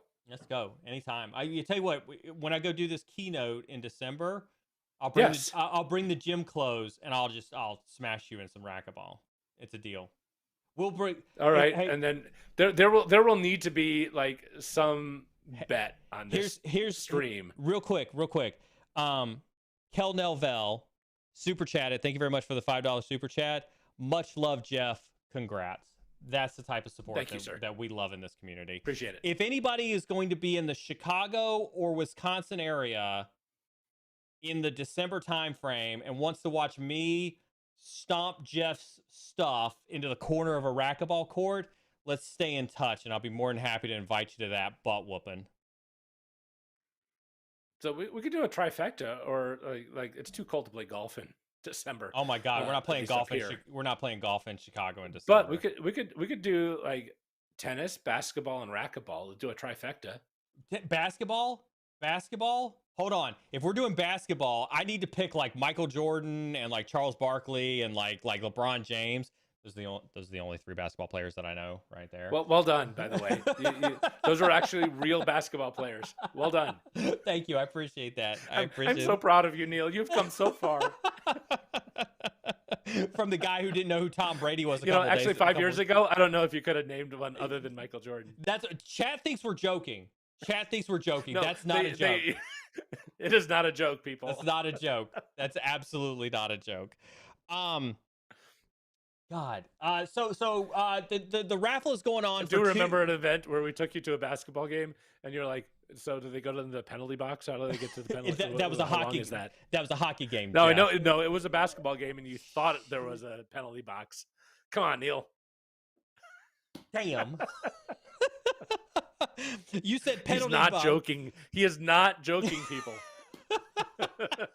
It's real.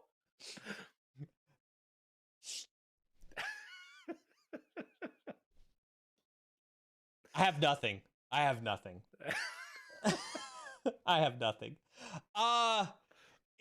The giveaway's going on for 2 Linux 101 courses. Listen, super important note, make sure you are in Discord. When those winners get announced, we're going to give away 2 of those. Make sure you message Carmen Mod in Discord immediately, or we are going to re-roll for your giveaways. With that, we have another giveaway after this. Listen, and again, I remind people of this. Don't run away if you don't win. We've had to re-roll because people don't listen to simple instructions about messaging Carmen Mod for their giveaways. So don't just run away just because you don't win the first one right off the bat, please. With that being said, I'm going to ask Carmen to push up any questions that have been hanging out in the queue. I'm actually going to send Carmen the codes for the Linux courses right now, so she can literally give those to you literally right now when the winners are announced for that. Brian Godfrey, O'Neill, I do try to promote and share about the channel and INE, etc. Still want to do more with/for you. How can I help you? Brian's awesome. Brian asked me this question on last Friday's Tea with a Hacker because we talked about mentorship. And you remember this, Jeff, because we've talked about mentorship numerous times. We've had this on stream. We've talked about mentorship being a two-way street, right? And Brian asked me last stream what he can do to support me specifically. You know, I'm always hesitant about like, what can you do to support me? I told a story on last Friday's Tea with a Hacker, and I don't mind telling the story again, right? There was somebody who showed up in my Twitter DMs, right? Asking career questions, what they should do with their career, right? And I answered their career questions, and they responded with, you know, Neil, if you ever need help, with your physical training, right? Because I know you're on a weight loss journey, please feel free to reach out. You know me, I don't ask for help really easily. That's still something I work with, I struggle with internally, but I've reached a plateau with my weight, right? I'm at 187. I got 12 pounds to go till I get to my target weight, and I feel like I'm plateaued out. And so I finally reached out to this individual, and I said, hey, look, I'm plateaued out. Here's my weight loss routine. Here's my food routine. You know, anything you could do would be a huge help. And the amount of information that this individual gave to me was fantastic. And that's an example that I talk about when it's like, you don't have to just focus on what you can do in cyber to help me or the channel out. We need graphics designers. We need social media posters. I need video editors. I need mods in chat. I need mods for streams, right? And so, Jeff, when you look at people in that two-way street fashion, what are some of the things that you think that people can do that they may not be thinking about that they can offer to help when they're trying to figure out who can they help in this space? Boy, two ways. Yeah. You know, every partner that I have a conversation with, whether it is an external partner or an internal partner, I do try to understand, you know, I'll oftentimes just say, how can I help you? What are some things I can do to help you? Right. And part of the reason for that is I understand how they're paid. I understand how they are recognized. And also I understand what drives them. And so I think your question is really a two-way question, because I think I talk about this with like all of my high school students. They're like, "How do you know when you're in love?" I was like, "Well, that's like it's." Whenever we talk about that, it's like, well, you end up knowing the other person so well that you are entirely focused on their needs, and then you realize, several thought processes in that your needs are being met by them already, and you didn't even realize it. You don't even have to articulate it, right? And so that's where this concept of symbiotic really works out in a mentor-mentee relationship, and that's really where I think it needs to get to. So your question is, first of all, who can you how do you find the individual? And I think there needs to be a good match. Just like a marriage, it needs to be a good match. Like, you can't be a great mentor to someone you don't respect or like. This may sound like a weird conversation. Go back and find the video. Chat, listen to me. Go find the video on YouTube that we have in the YouTube channel where we did the interview with Carla Refford, right? And she said this as well, right? And I think even Caitlin O'Connie from Battleship said this too, right? Mentorship is like a relationship. It's like a boyfriend girlfriend. It's like a marriage. It's a serious deal. If it's done well, at least. Yeah, if it's done well. Yeah. There's something there that exists. You have to like and you have to respect, but you have to care for them. Yeah. Because if you don't care for them, you're not going to figure out the things that they don't even know that they should be asking for. And oftentimes that's the best value that a mentor and a mentoree can have, is to see things that the other person doesn't see, because they're thinking about things from an engineering perspective and not thinking about it at all from an HR perspective or a salesperson's perspective. And sometimes the best mentor-mentee combinations are not people in the same field. They're not in the same role.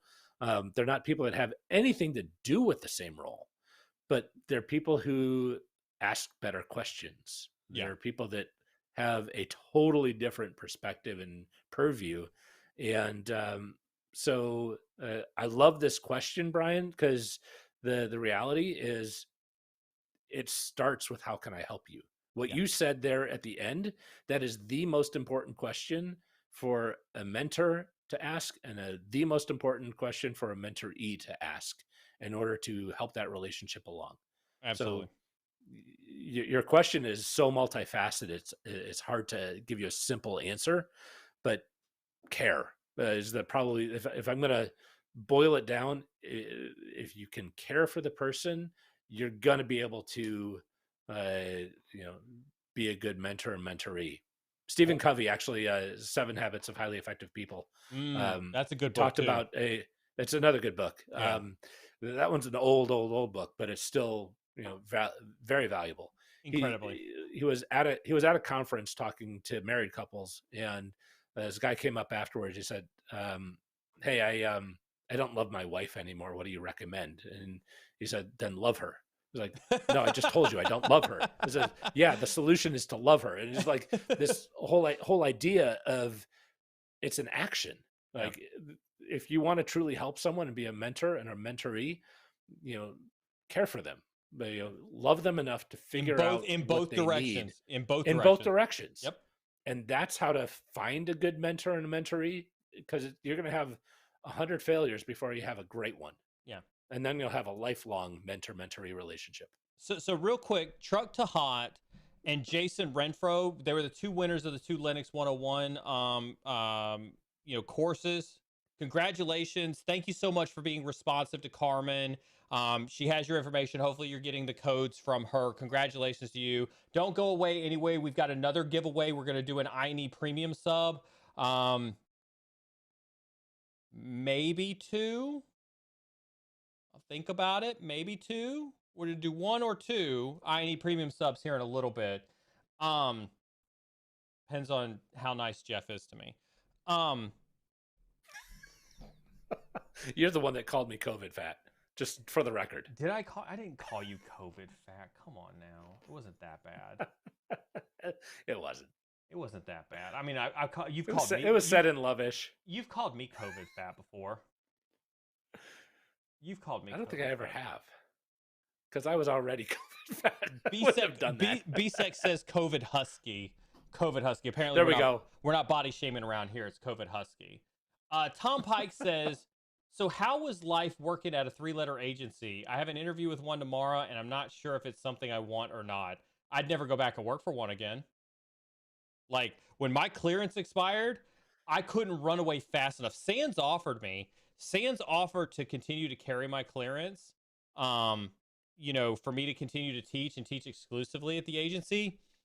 Nope. I turned that, I almost said it. I turned that stuff down. I was not having that. Like, listen, imagine going to the doctor for a colonoscopy every 3 years if you're for a poly, every 5 years if you're for a TSSCI, and every 10 years for a secret, right? Like, nah, I'm good. I'll pass. You can't talk about it. Can't take your phone into the building. You can't, nah, I'm good. Unless you love it. My neighbor puts it best. If it's not a heck yeah, then it's a no. Yeah. Like, here's the thing. You got to be all in or it's a no. Here's the thing. I do much cooler stuff on the outside. I can talk about it, right? Like, without getting shot. Right? Nah, I'm good. Don't regret those days. Don't regret those days, and don't regret turning my back on those days when that time was over. Okay. Cryptic Sauce says, do you think cyber systems can be viewed as a profitable asset to industry compared to be seen as a cost center? Jeff, cost center conversation on cybersecurity? This is a nuanced answer, because I think it's becoming a nuanced question right now. And that is because we have shifted in the last 3 years from companies to say, hey, we're going to spend some money on cyber insurance and then we're good, into a situation where I know we will be breached. It's a matter of how bad it's going to be. And so this cost center, um, I think, is kind of going away a little bit, and it's becoming a value to the business to be a good security center. I disagree with Jeff. I Do you? disagree with Why? Jeff. I do. Do you think it's going to stay in the cost center arena forever? Not forever. Not forever. I think I think we're in an inflection point, though. Like, I don't know if we're there, and we're certainly not there ubiquitously. But I think there are some companies that are seeing it more as a value than a cost center. I think until we get to a better point, and I go back to some of the conversations that you and I have had in some previous companies before, right? Which is until you can find a way to directly affect the bottom line, it will always be a cost center. And we saw this. I won't name the company specifically because I don't want to give anything away, right? But we were looking at taking our threat intelligence and being able to sell, not necessarily sell it, but package it to our customers, as part of our offering, because we had a pretty robust threat intelligence team, and we were starting to get into the commercial conversations as part of that. And so I think when I think about things like that, right, I think that's the difference when we'll stop seeing cybersecurity as a cost center and start seeing cybersecurity as a business enabler, when we can figure out how to add it to the profit line. Yeah, that's why I called it a nuanced answer, because it's. I think it's becoming it's not as black and white a question anymore. Yeah, it's a little bit more of a nuanced question. yeah. I'd like to see it not be a cost center, and that's the problem that we've always had by having it associated with IT, is that it's a cost center. Yeah, but yeah, I think until the board changes their mind about, um, we have sunk cost in security, and then there's incremental to keep us out of the news, and there's value to that. Yeah. Until they start thinking that way, it won't be. I wholeheartedly agree. Taekwon Gong, thank you very much for the super chat. How do I get from slow burnout? From no activity? Burnout is real. Burnout is very real. Yep. To this day, burnout still affects me. Impostor syndrome still affects me. Jeff had a bad case of impostor syndrome last week, right? How do you deal with burnout? You talk to so many people. You try to solve so many problems. You get told, as a sales guy, no so many times. They should just say yes, because then I wouldn't burn out. Come on. No, honestly, I think part of it is I believe wholeheartedly in our product. I know that we are doing good stuff, right? And so I think part of that best defense is to believe in what you're doing. And I'll steal a little bit of what I just talked about with Stephen Covey, and I don't love her, so I'm gonna love her, right? And I don't believe in what I'm doing, so I'm going to believe in what I'm doing. The reality is, if you don't believe in what your job is, start doing a job that you do believe in. And that sometimes can be within the same role that you have in the company. Like, I've had a few jobs where I didn't love what I was doing, but I loved parts of what I was doing, with mentoring some junior reps, or getting with the marketing team and helping them align to what customers are actually saying, because they're living in this little island of this is what I think we should be touting, and I'm like, no, that really doesn't play. So this is what customers are actually gonna say if you say that. So helping them with doing better messaging, finding ways to help that you have interests in. That's been probably my best defense. But I still struggle with it. Here's when you talk about, like, I don't love her, so love her, right? I don't feel like doing anything, so do something, right? You're talking about taking that negative persona and turning it into a positive persona, right? You're talking about saying, don't say I can't do, or I don't want to do, or I'm not doing this anymore, and turn it into something that is more positive direction. What's that first, what is that first step like for you? And I've got a story. I've got one of my own stories that literally happened today Mhm. that I'll share after yours. Um, but what is that mental journey like for you to turn that leaf over and say, Mm, I'm going to it's a start great loving her? question. Well, I think it starts with being, brutally honest in your observations. Like, uh, I am beating my head against the wall and I hate what I'm doing. Okay. So, what exactly are you doing on a daily basis? What are the things that you specifically hate? What are the things, if any, that you do like? Right. How do I accentuate the things I do like and avoid the things I don't like? And can I? Are there other things that I should be doing that I would be more effective? And so, to answer your question, it's a little bit of starting out with a little bit of brutal honesty and observations about what I'm doing.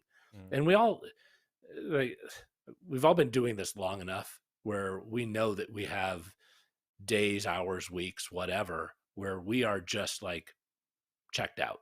yeah. Oh, And absolutely. honestly, when I'm feeling that, I need to get the heck out of Dodge and go do something. Yeah.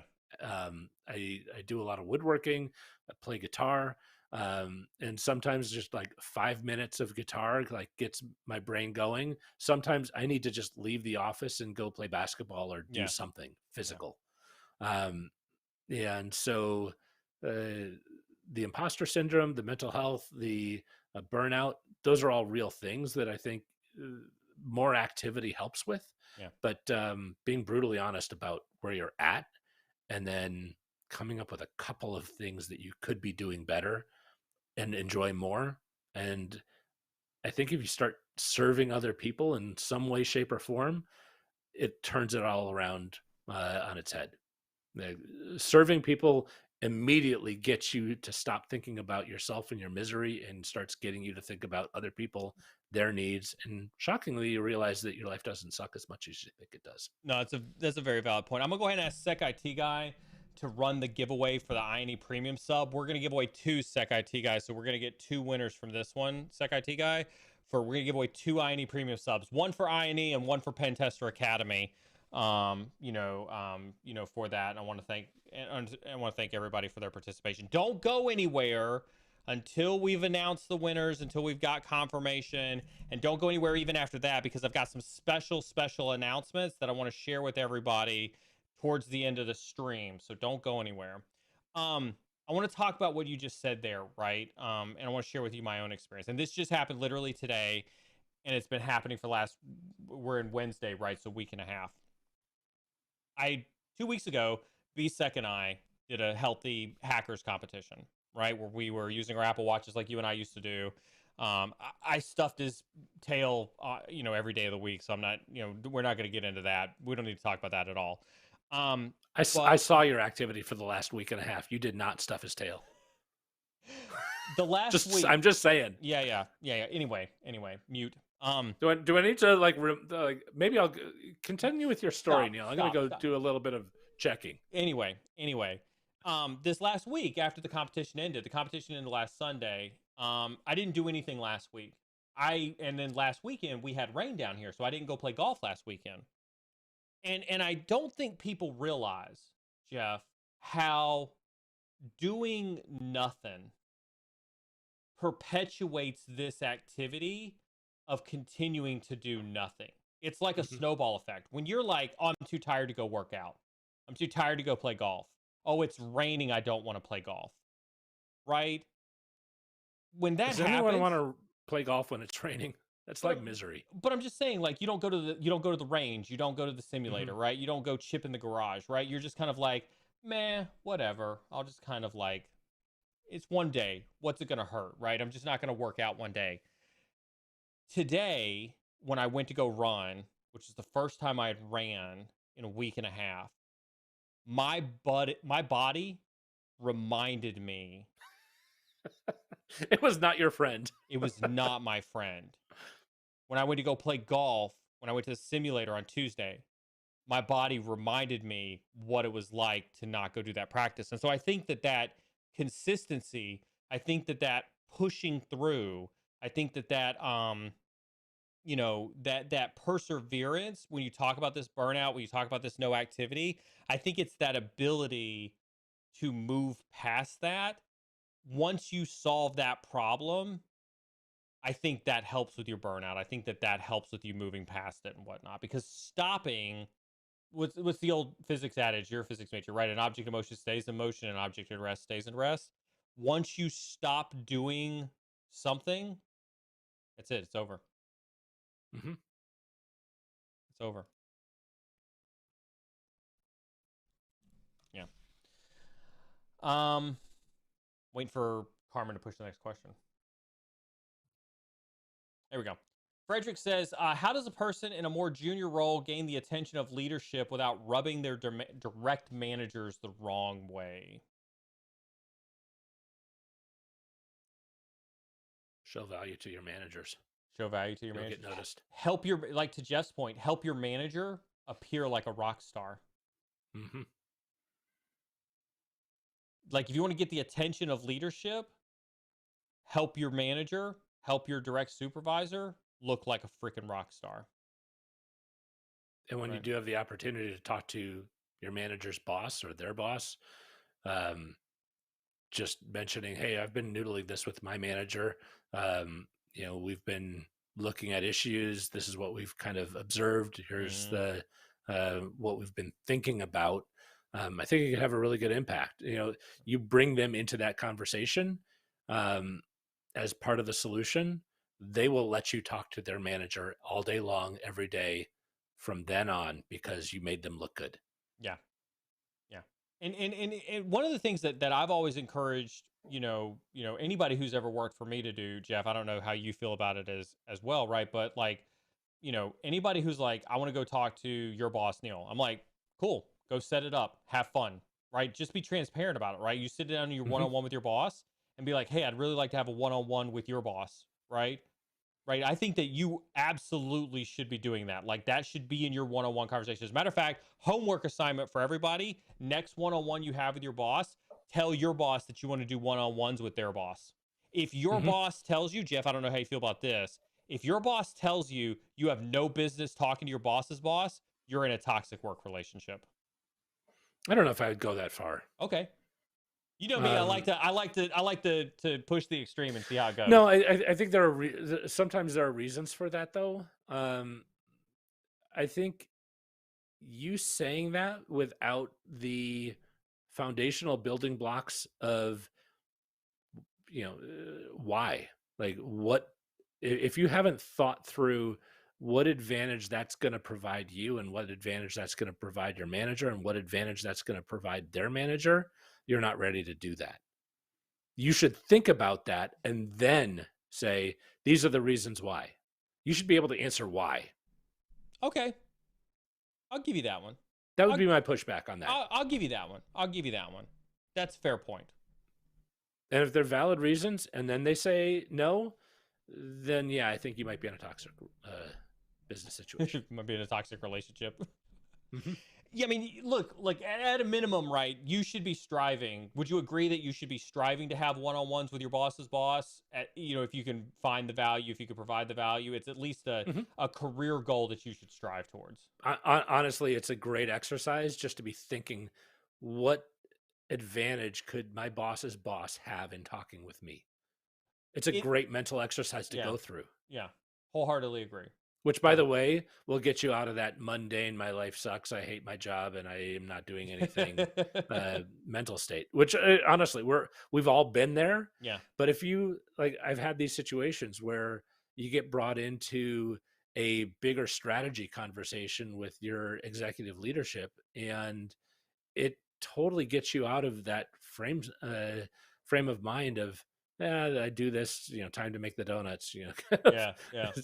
It's like in sales is like, okay, it's 9:00. I call people and get told no for 2 hours. Awesome. Love it. But that's what you're supposed to do in sales. But every once in a while you get these opportunities to, get outside of that and start thinking like your boss's boss and their Yeah. boss think. Yeah. And that's, energizing. Yeah. Looks like Tom Pike and, oh, this is a good name, Jeff. You're going to like this one. Obtuse Moose have been the Nice. 2 winners for the INE premium subs. Make sure you are messaging Carmen Mod with your name and your email address. And listen, with the email address that you have used to register on INE's website, and if you've not registered on INE's website, go register on INE's website, because I'm going to need that email address to get you your vouchers. Picard FTW says, I'm so excited and passionate to get into the cybersec field, and I don't recognize my value based on skills I have obtained, especially when HR asks me my salary expectancy right off the bat. Ideas? Do not. This is Neil's number 1 rule when talking to anybody about a job you're applying to. Salary, if salary comes up in the first conversation, you do not don't talk about salary in the first conversation. I don't care. Listen, recruiters will lie, cheat, and steal and try to make you fearful. It is the biggest social soapboxes, chat. Soapbox moment. Soapboxes moment, chat. This is going down like Donkey Kong. Recruiters, HR people will scare you into thinking that if you don't tell them your salary, you're not going to get a job. And that is a lie. What are they going to say to you? What are they going to say to you? That is a lie. That is social engineering. All you people out there who are like, I'll never be social engineered. There's somebody in chat right now, and I know who he is, and he knows who I am, and he's listening to me right now, and he's about to get this one right in the face. I'm not going to rat him out, but he knows. If you give up your salary requirements in the first conversation with a recruiter, you have just been socially engineered. You have just lost the salary argument right there. Right? I can't even begin to stress that enough. Right? They can't make you talk about it. And if they tell you you won't get a job because of it, they're either lying, or you should walk away from that toxic culture right there. Amen. Hands down. Never give it up. Never give it up.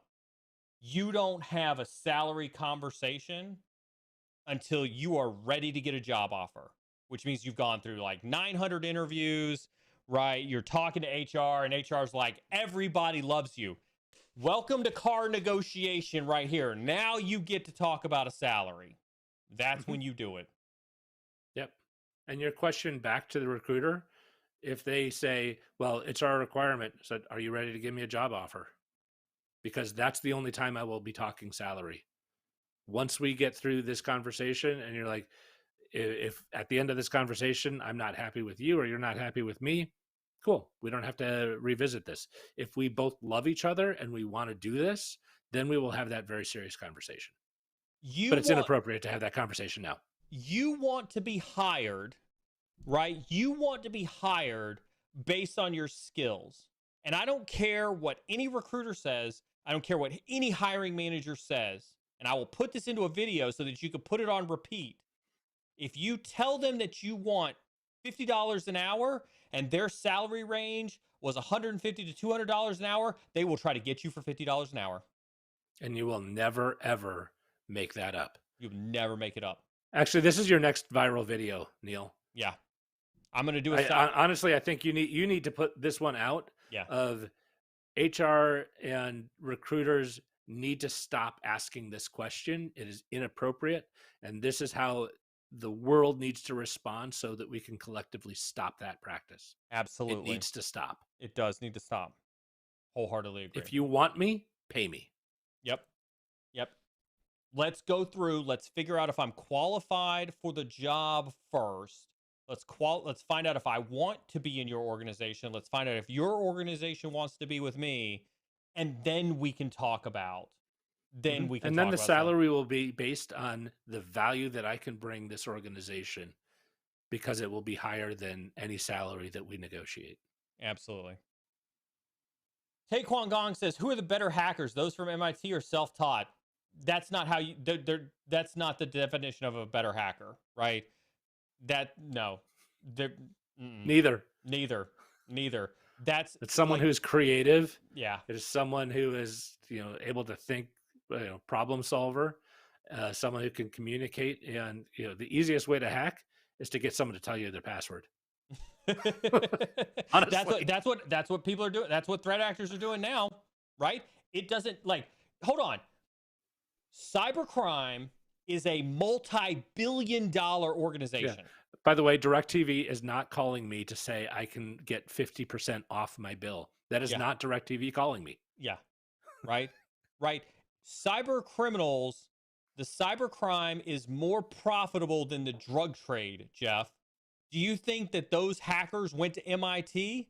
Do you think that those hackers self-taught themselves to write 0 days? You know what they do? They would not have wasted their time going to college. No. Like, some of them probably may have, but that is not what, allowed them to become the best hackers. Hey, Jeff. I did just get a call from somebody that was looking for you about your car warranty. Have you talked to somebody about your extended warranty lately? Honestly, I would love to figure out what exactly is the scam? What are they trying to get from me on that car warranty? My VIN number? What's I don't get it. The IRS will never call you either. Or Social Security to tell you that they're coming to the door to arrest you and void out your Social Security number. Cool, because I just left my house. So getting a question from the mods that says, can we stack the I&E prize on top of their existing premium sub? No, this is not a replacement for your existing premium sub. This doesn't give you, this is, if you don't have an I&E premium sub, you need an I&E premium sub. This is your I&E premium sub, for those who do not have it. This is not a stackable offense whatsoever.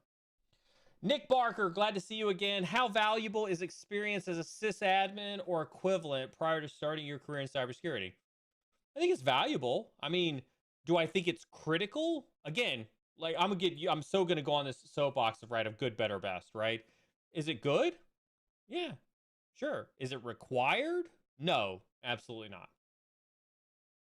Jeff, did you spend an understanding of the OSI model? It's good to have an understanding of networking. It's good to yeah. Jeff, did you do any time as a sysadmin? Nope.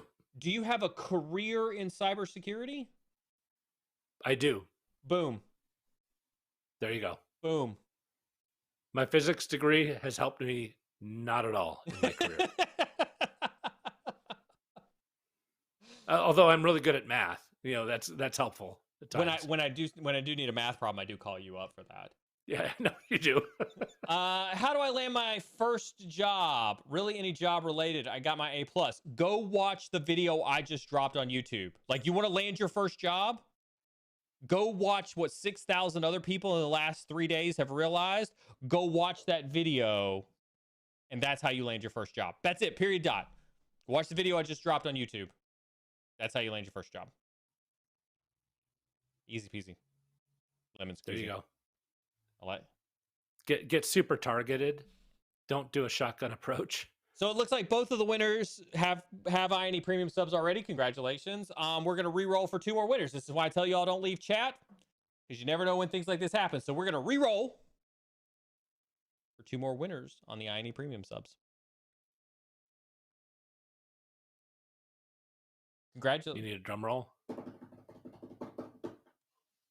I want to remind everybody, right, at the end of the day, at the end of this stream, I have to go listen to Carmen. Make her life easier. If you've got an existing I&E premium sub, please don't roll on this.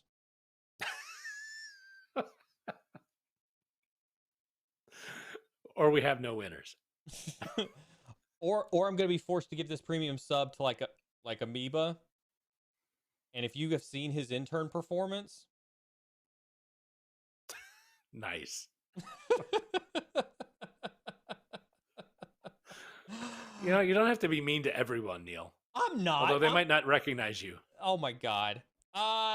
Mr. Diesel Doug says, hello, Neil. My goal is to be a SOC analyst and I want to do EJPT, but I'm so green that I don't know port numbers or the basics. Do you still recommend EJPT as a starting point, or should I start elsewhere? You should absolutely start with EJPT, 100%. It doesn't listen. And go Google port numbers. Yeah. Like there are 65,000, over 65,000 port numbers. I don't know all of them by heart. Only the 32,000 north are the empirical ones. I don't know the ones that are 30. I couldn't tell you the first 1,000 off the top of my head. You know who can? Google. I can. All day long, every day. Every day. Go take EGPT. It's where my brain lives, actually. I've pretty much determined that. Yeah. Freak of Code Cola. That's a good name. And Psy W1PK. Make sure you message Carbon Mod if you don't have INE premium subs already. What makes building a lab hard? Fasochi Actual, the question dictionary himself. The fact that you will never, ever be able to build a lab that gives you a real world feeling the same way somebody else can. Because listen, if you're gonna say I'm gonna build an attacker box and a victim box, you already know how to hack into that victim box. And so what critical thinking part of your brain are you actually going to work if you already know the answer to the problem? Right? So here's a follow-up question to that, though, Neil. Go for it. So, like, is there value in building your own lab if you've got a super good SaaS lab that you have access to? That's my whole point, right? Like with the advent of SaaS labs like TryHackMe, Hack the Box, Rangeforce, INE now that we've acquired Pentester Academy, right? Like why? Like we talk about. My question is there any value in building that out? Think about. We talk about ROI on this stream all the time, right? Mm-hmm. Jeff, you have a dollar figure associated with your time. You spend 2+ hours every Wednesday night here on this time, and I'm infinitely appreciated to it. There is zero ROI on that, by the way. Shut up. Shut up. Other than just the enjoyment and satisfaction of hanging with you. Well, Neil. see, there is ROI then. That's your return on your investment. It's really infinite then. Yeah, see how that works out. But there's a dollar figure that's associated with that, right? And so you do hope to get something out of it. If this was a miserable experience, you'd be like, why the hell am I going to go spend, time on Neil's show, right? You, as a learner for Sochi, you should be thinking the same way. What is the value of your time to build an attacker box, build a victim box, try to make it work? You already know the answer to the puzzle, so what exactly are you going to learn? Right? There is time that's better spent for your career by you not building a lab. Right? You as a cybersecurity person, nobody will ever come to you and be like, hey, I need you to build a vulnerable machine on our network.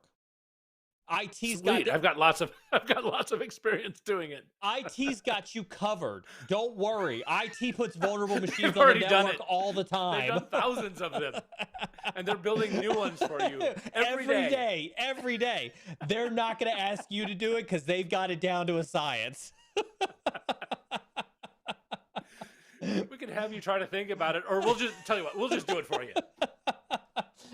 So there's just, you're not, I just thought of a really crude joke. Karma would kill me if I told this one on stream. Probably. Oh God. See me in sub chat. Was it funny though, Neil? Was it funny? See me in sub chat after this, and I'll tell you in sub chat. If you are a Narwhal Prime, hop into sub chat after this, and I'll tell you the joke I was going to tell on stream. I can't get it. You can't recover from that. You have no idea where to go, can you? I can't get it out of. I can't get it out of my head. What was the movie? If I could think of the movie quote.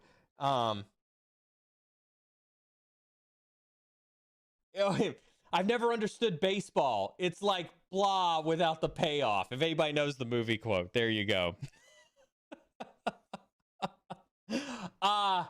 Don't do it. I think it's a waste of time. I think your time could be so much better spent somewhere else. Next question. It's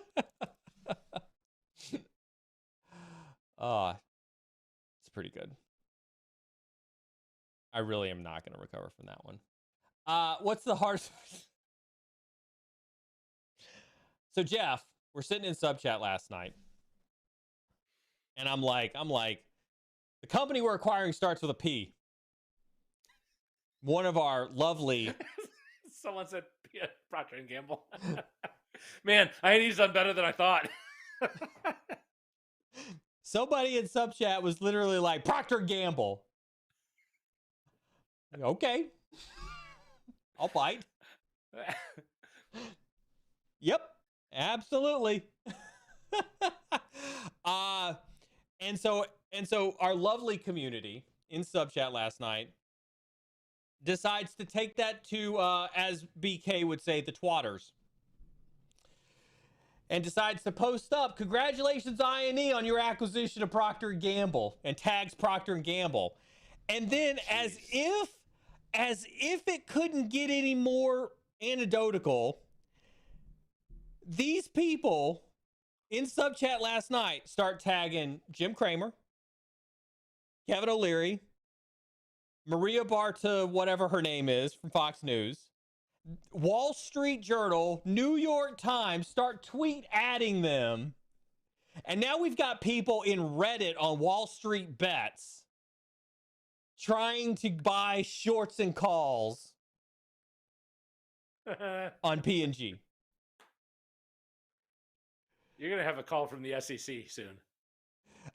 Michael Gurnt, looks like you had to re-roll. This is again why I tell you people don't leave chat, because you never know when re-rolls are going to happen.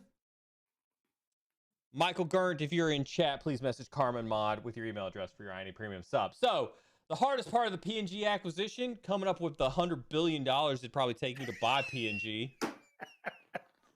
Not quite. But is that, I don't know, is it more than that? I don't know how much P&G would sell for.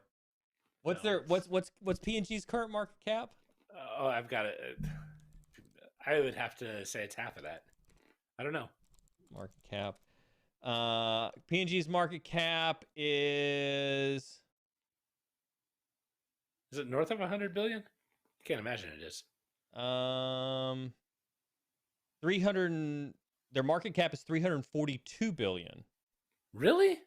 I'm looking right at you know, the stock ticker. It says market cap 342.9 billion. Yeah, you're a little shy of some funds. I'm a little shy. So what do you think Procter and Gamble would get? 8x on their market cap? So I'd have to have $1 trillion to buy P&G. I&E's doing that well. Thank you very much for that premium sub.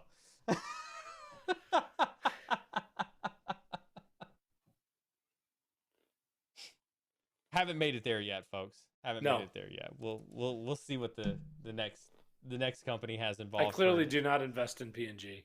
Yeah. God. You will appreciate this though, Jeff. In the conversation with acquiring P&G, the team did come up with the most creative service offering that P&G could come up with, which is this concept of narwhal bars. Now, I don't know if we've got a PETA scenario in our hand where we're going to chop up some narwhals and put them in the narwhal bars, or whether it's just chocolate bars with narwhal in the packaging. I don't know what we got going on there. I don't know how far they made it into the narwhal bar concept, but apparently that was product line number one when I&E buys P&G. My daughter would be a fan as long as it was all chocolate. You know, I just thought about you last stream where you're. What? When you did the narwhal horn. I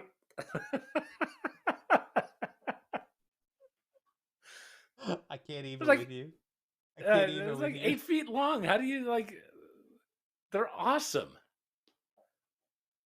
I just can't believe you didn't know what a narwhal was the first time we talked. If anybody on chat is like me and doesn't know what a narwhal is, you can hit ! narwhal. So you know what it is now. I know what it is now. I did not know what a narwhal was, right? Until Jeff and the community showed me what a narwhal was. But if you're ever curious, is that a real animal? Yes, it's a real animal. I totally thought you were like hitting me with like a Loch Ness monster scenario.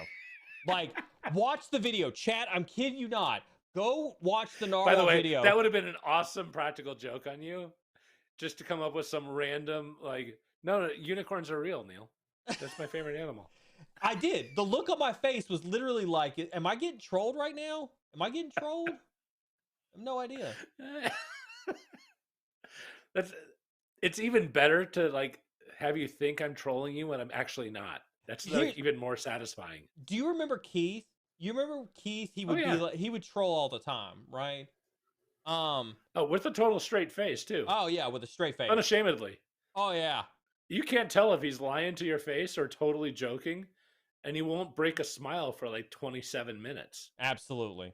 Absolutely. He was King Troll. He was King Troll. All right, I think Jeff, I think that's the last question we're going to do for tonight. We're over time as always. I appreciate you. It looks like our winners did confirm. Nobody go anywhere. I have some very, very serious, important announcements for everybody on some future content coming up that I want everybody to be aware of. But Jeff, I know we didn't talk too much about some cyber stuff tonight. I appreciate you grilling me for once on the M&A side of things and the business side. Any closing thoughts? I'm excited. I'm just excited for you. This is a really cool chapter of I&E and what you guys are doing. Now my interest is really peaked in this game changer. Yeah. So I want to find out what that is, but when you can start talking about it. Yeah. Give me a couple weeks, couple months. Let's get through this first few tasks that we got to do, and I'll this community will be the first ones I share it with as soon as I can. Awesome. All right, You're man. the best. I'll see you next week. I'm gonna send you over to the green room. I'm gonna talk to my community. Have a fantastic week.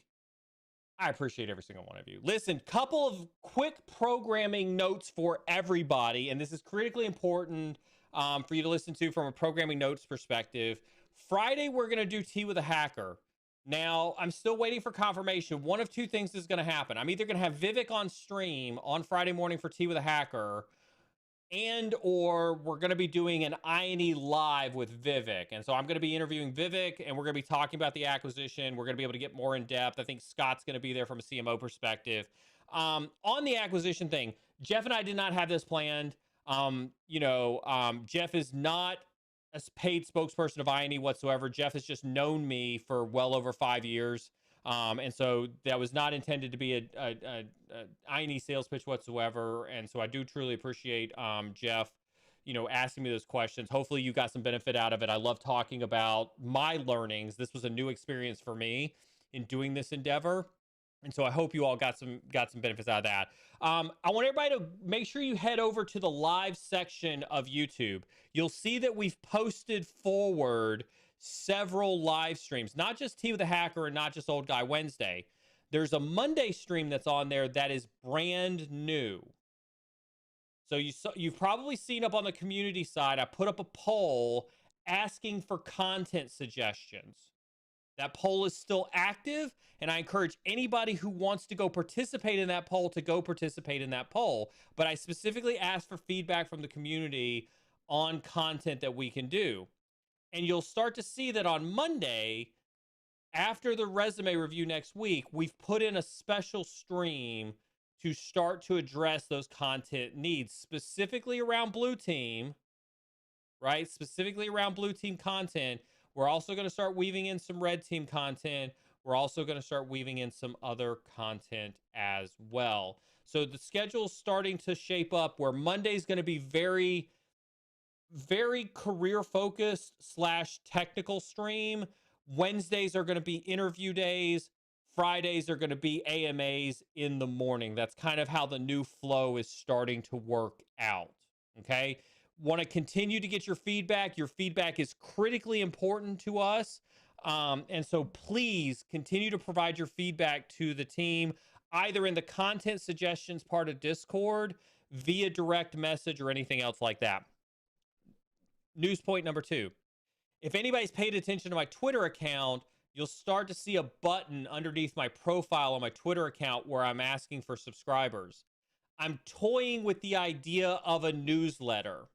I found an integration on Twitter called Revu that allows me to collect people that I can send a newsletter out to. And so I'm toying with the idea of doing like a weekly newsletter where you're going to get some content from me in newsletter type format from that integration. If you are interested in participating in that type of content reception, please go check out my profile, subscribe to that. And you'll be on a mailing list where I'm going to try to do like just some super quick, this is what Neil thinks you need to pay attention to this week type of content. I promise I won't spam you. It's not a sales thing whatsoever. It is me trying to think about the 2 or 3 things, because you know I'm a huge fan of like the top 3 things. And so I'm trying to look at that as like, if you had to focus on 3 things this week happening in cyber, this is what Neil thinks the top 3 things are that you should focus on in cyber. The last piece of news that I want to focus on before I send you all along your way. Next Monday, the 25th, is our October resume review session. If you are a Narwhal Prime subscriber, get your resumes and your LinkedIns added to the resume review channel.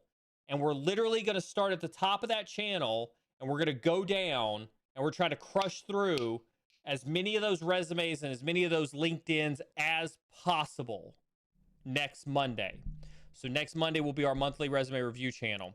Those of you who did sign up for basic mentorship today, make sure you get your resumes in and your LinkedIns in on that channel, and I will get you your personalized reviews before the end of the month.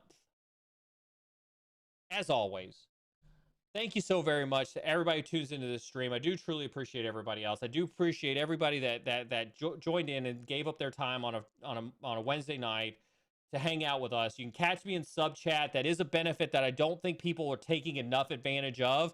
I literally make myself accessible, not just on this stream, not just in my DMs, but you can catch me in Discord multiple nights a week in a group setting, but it is your best time to continue to ask questions, continue to get one-on-one time with me, hear about things that I don't talk about on stream. That is a perk that if you are of the Narwhal Prime membership, make sure you are taking advantage of, because that is time that you get with me. And listen to me, super important. I'll see you all on Friday, and whether you're on the red side, whether you're on the blue side, or whether you're still deciding, keep learning. Keep being awesome. Love you all, and I'll see you all on Friday.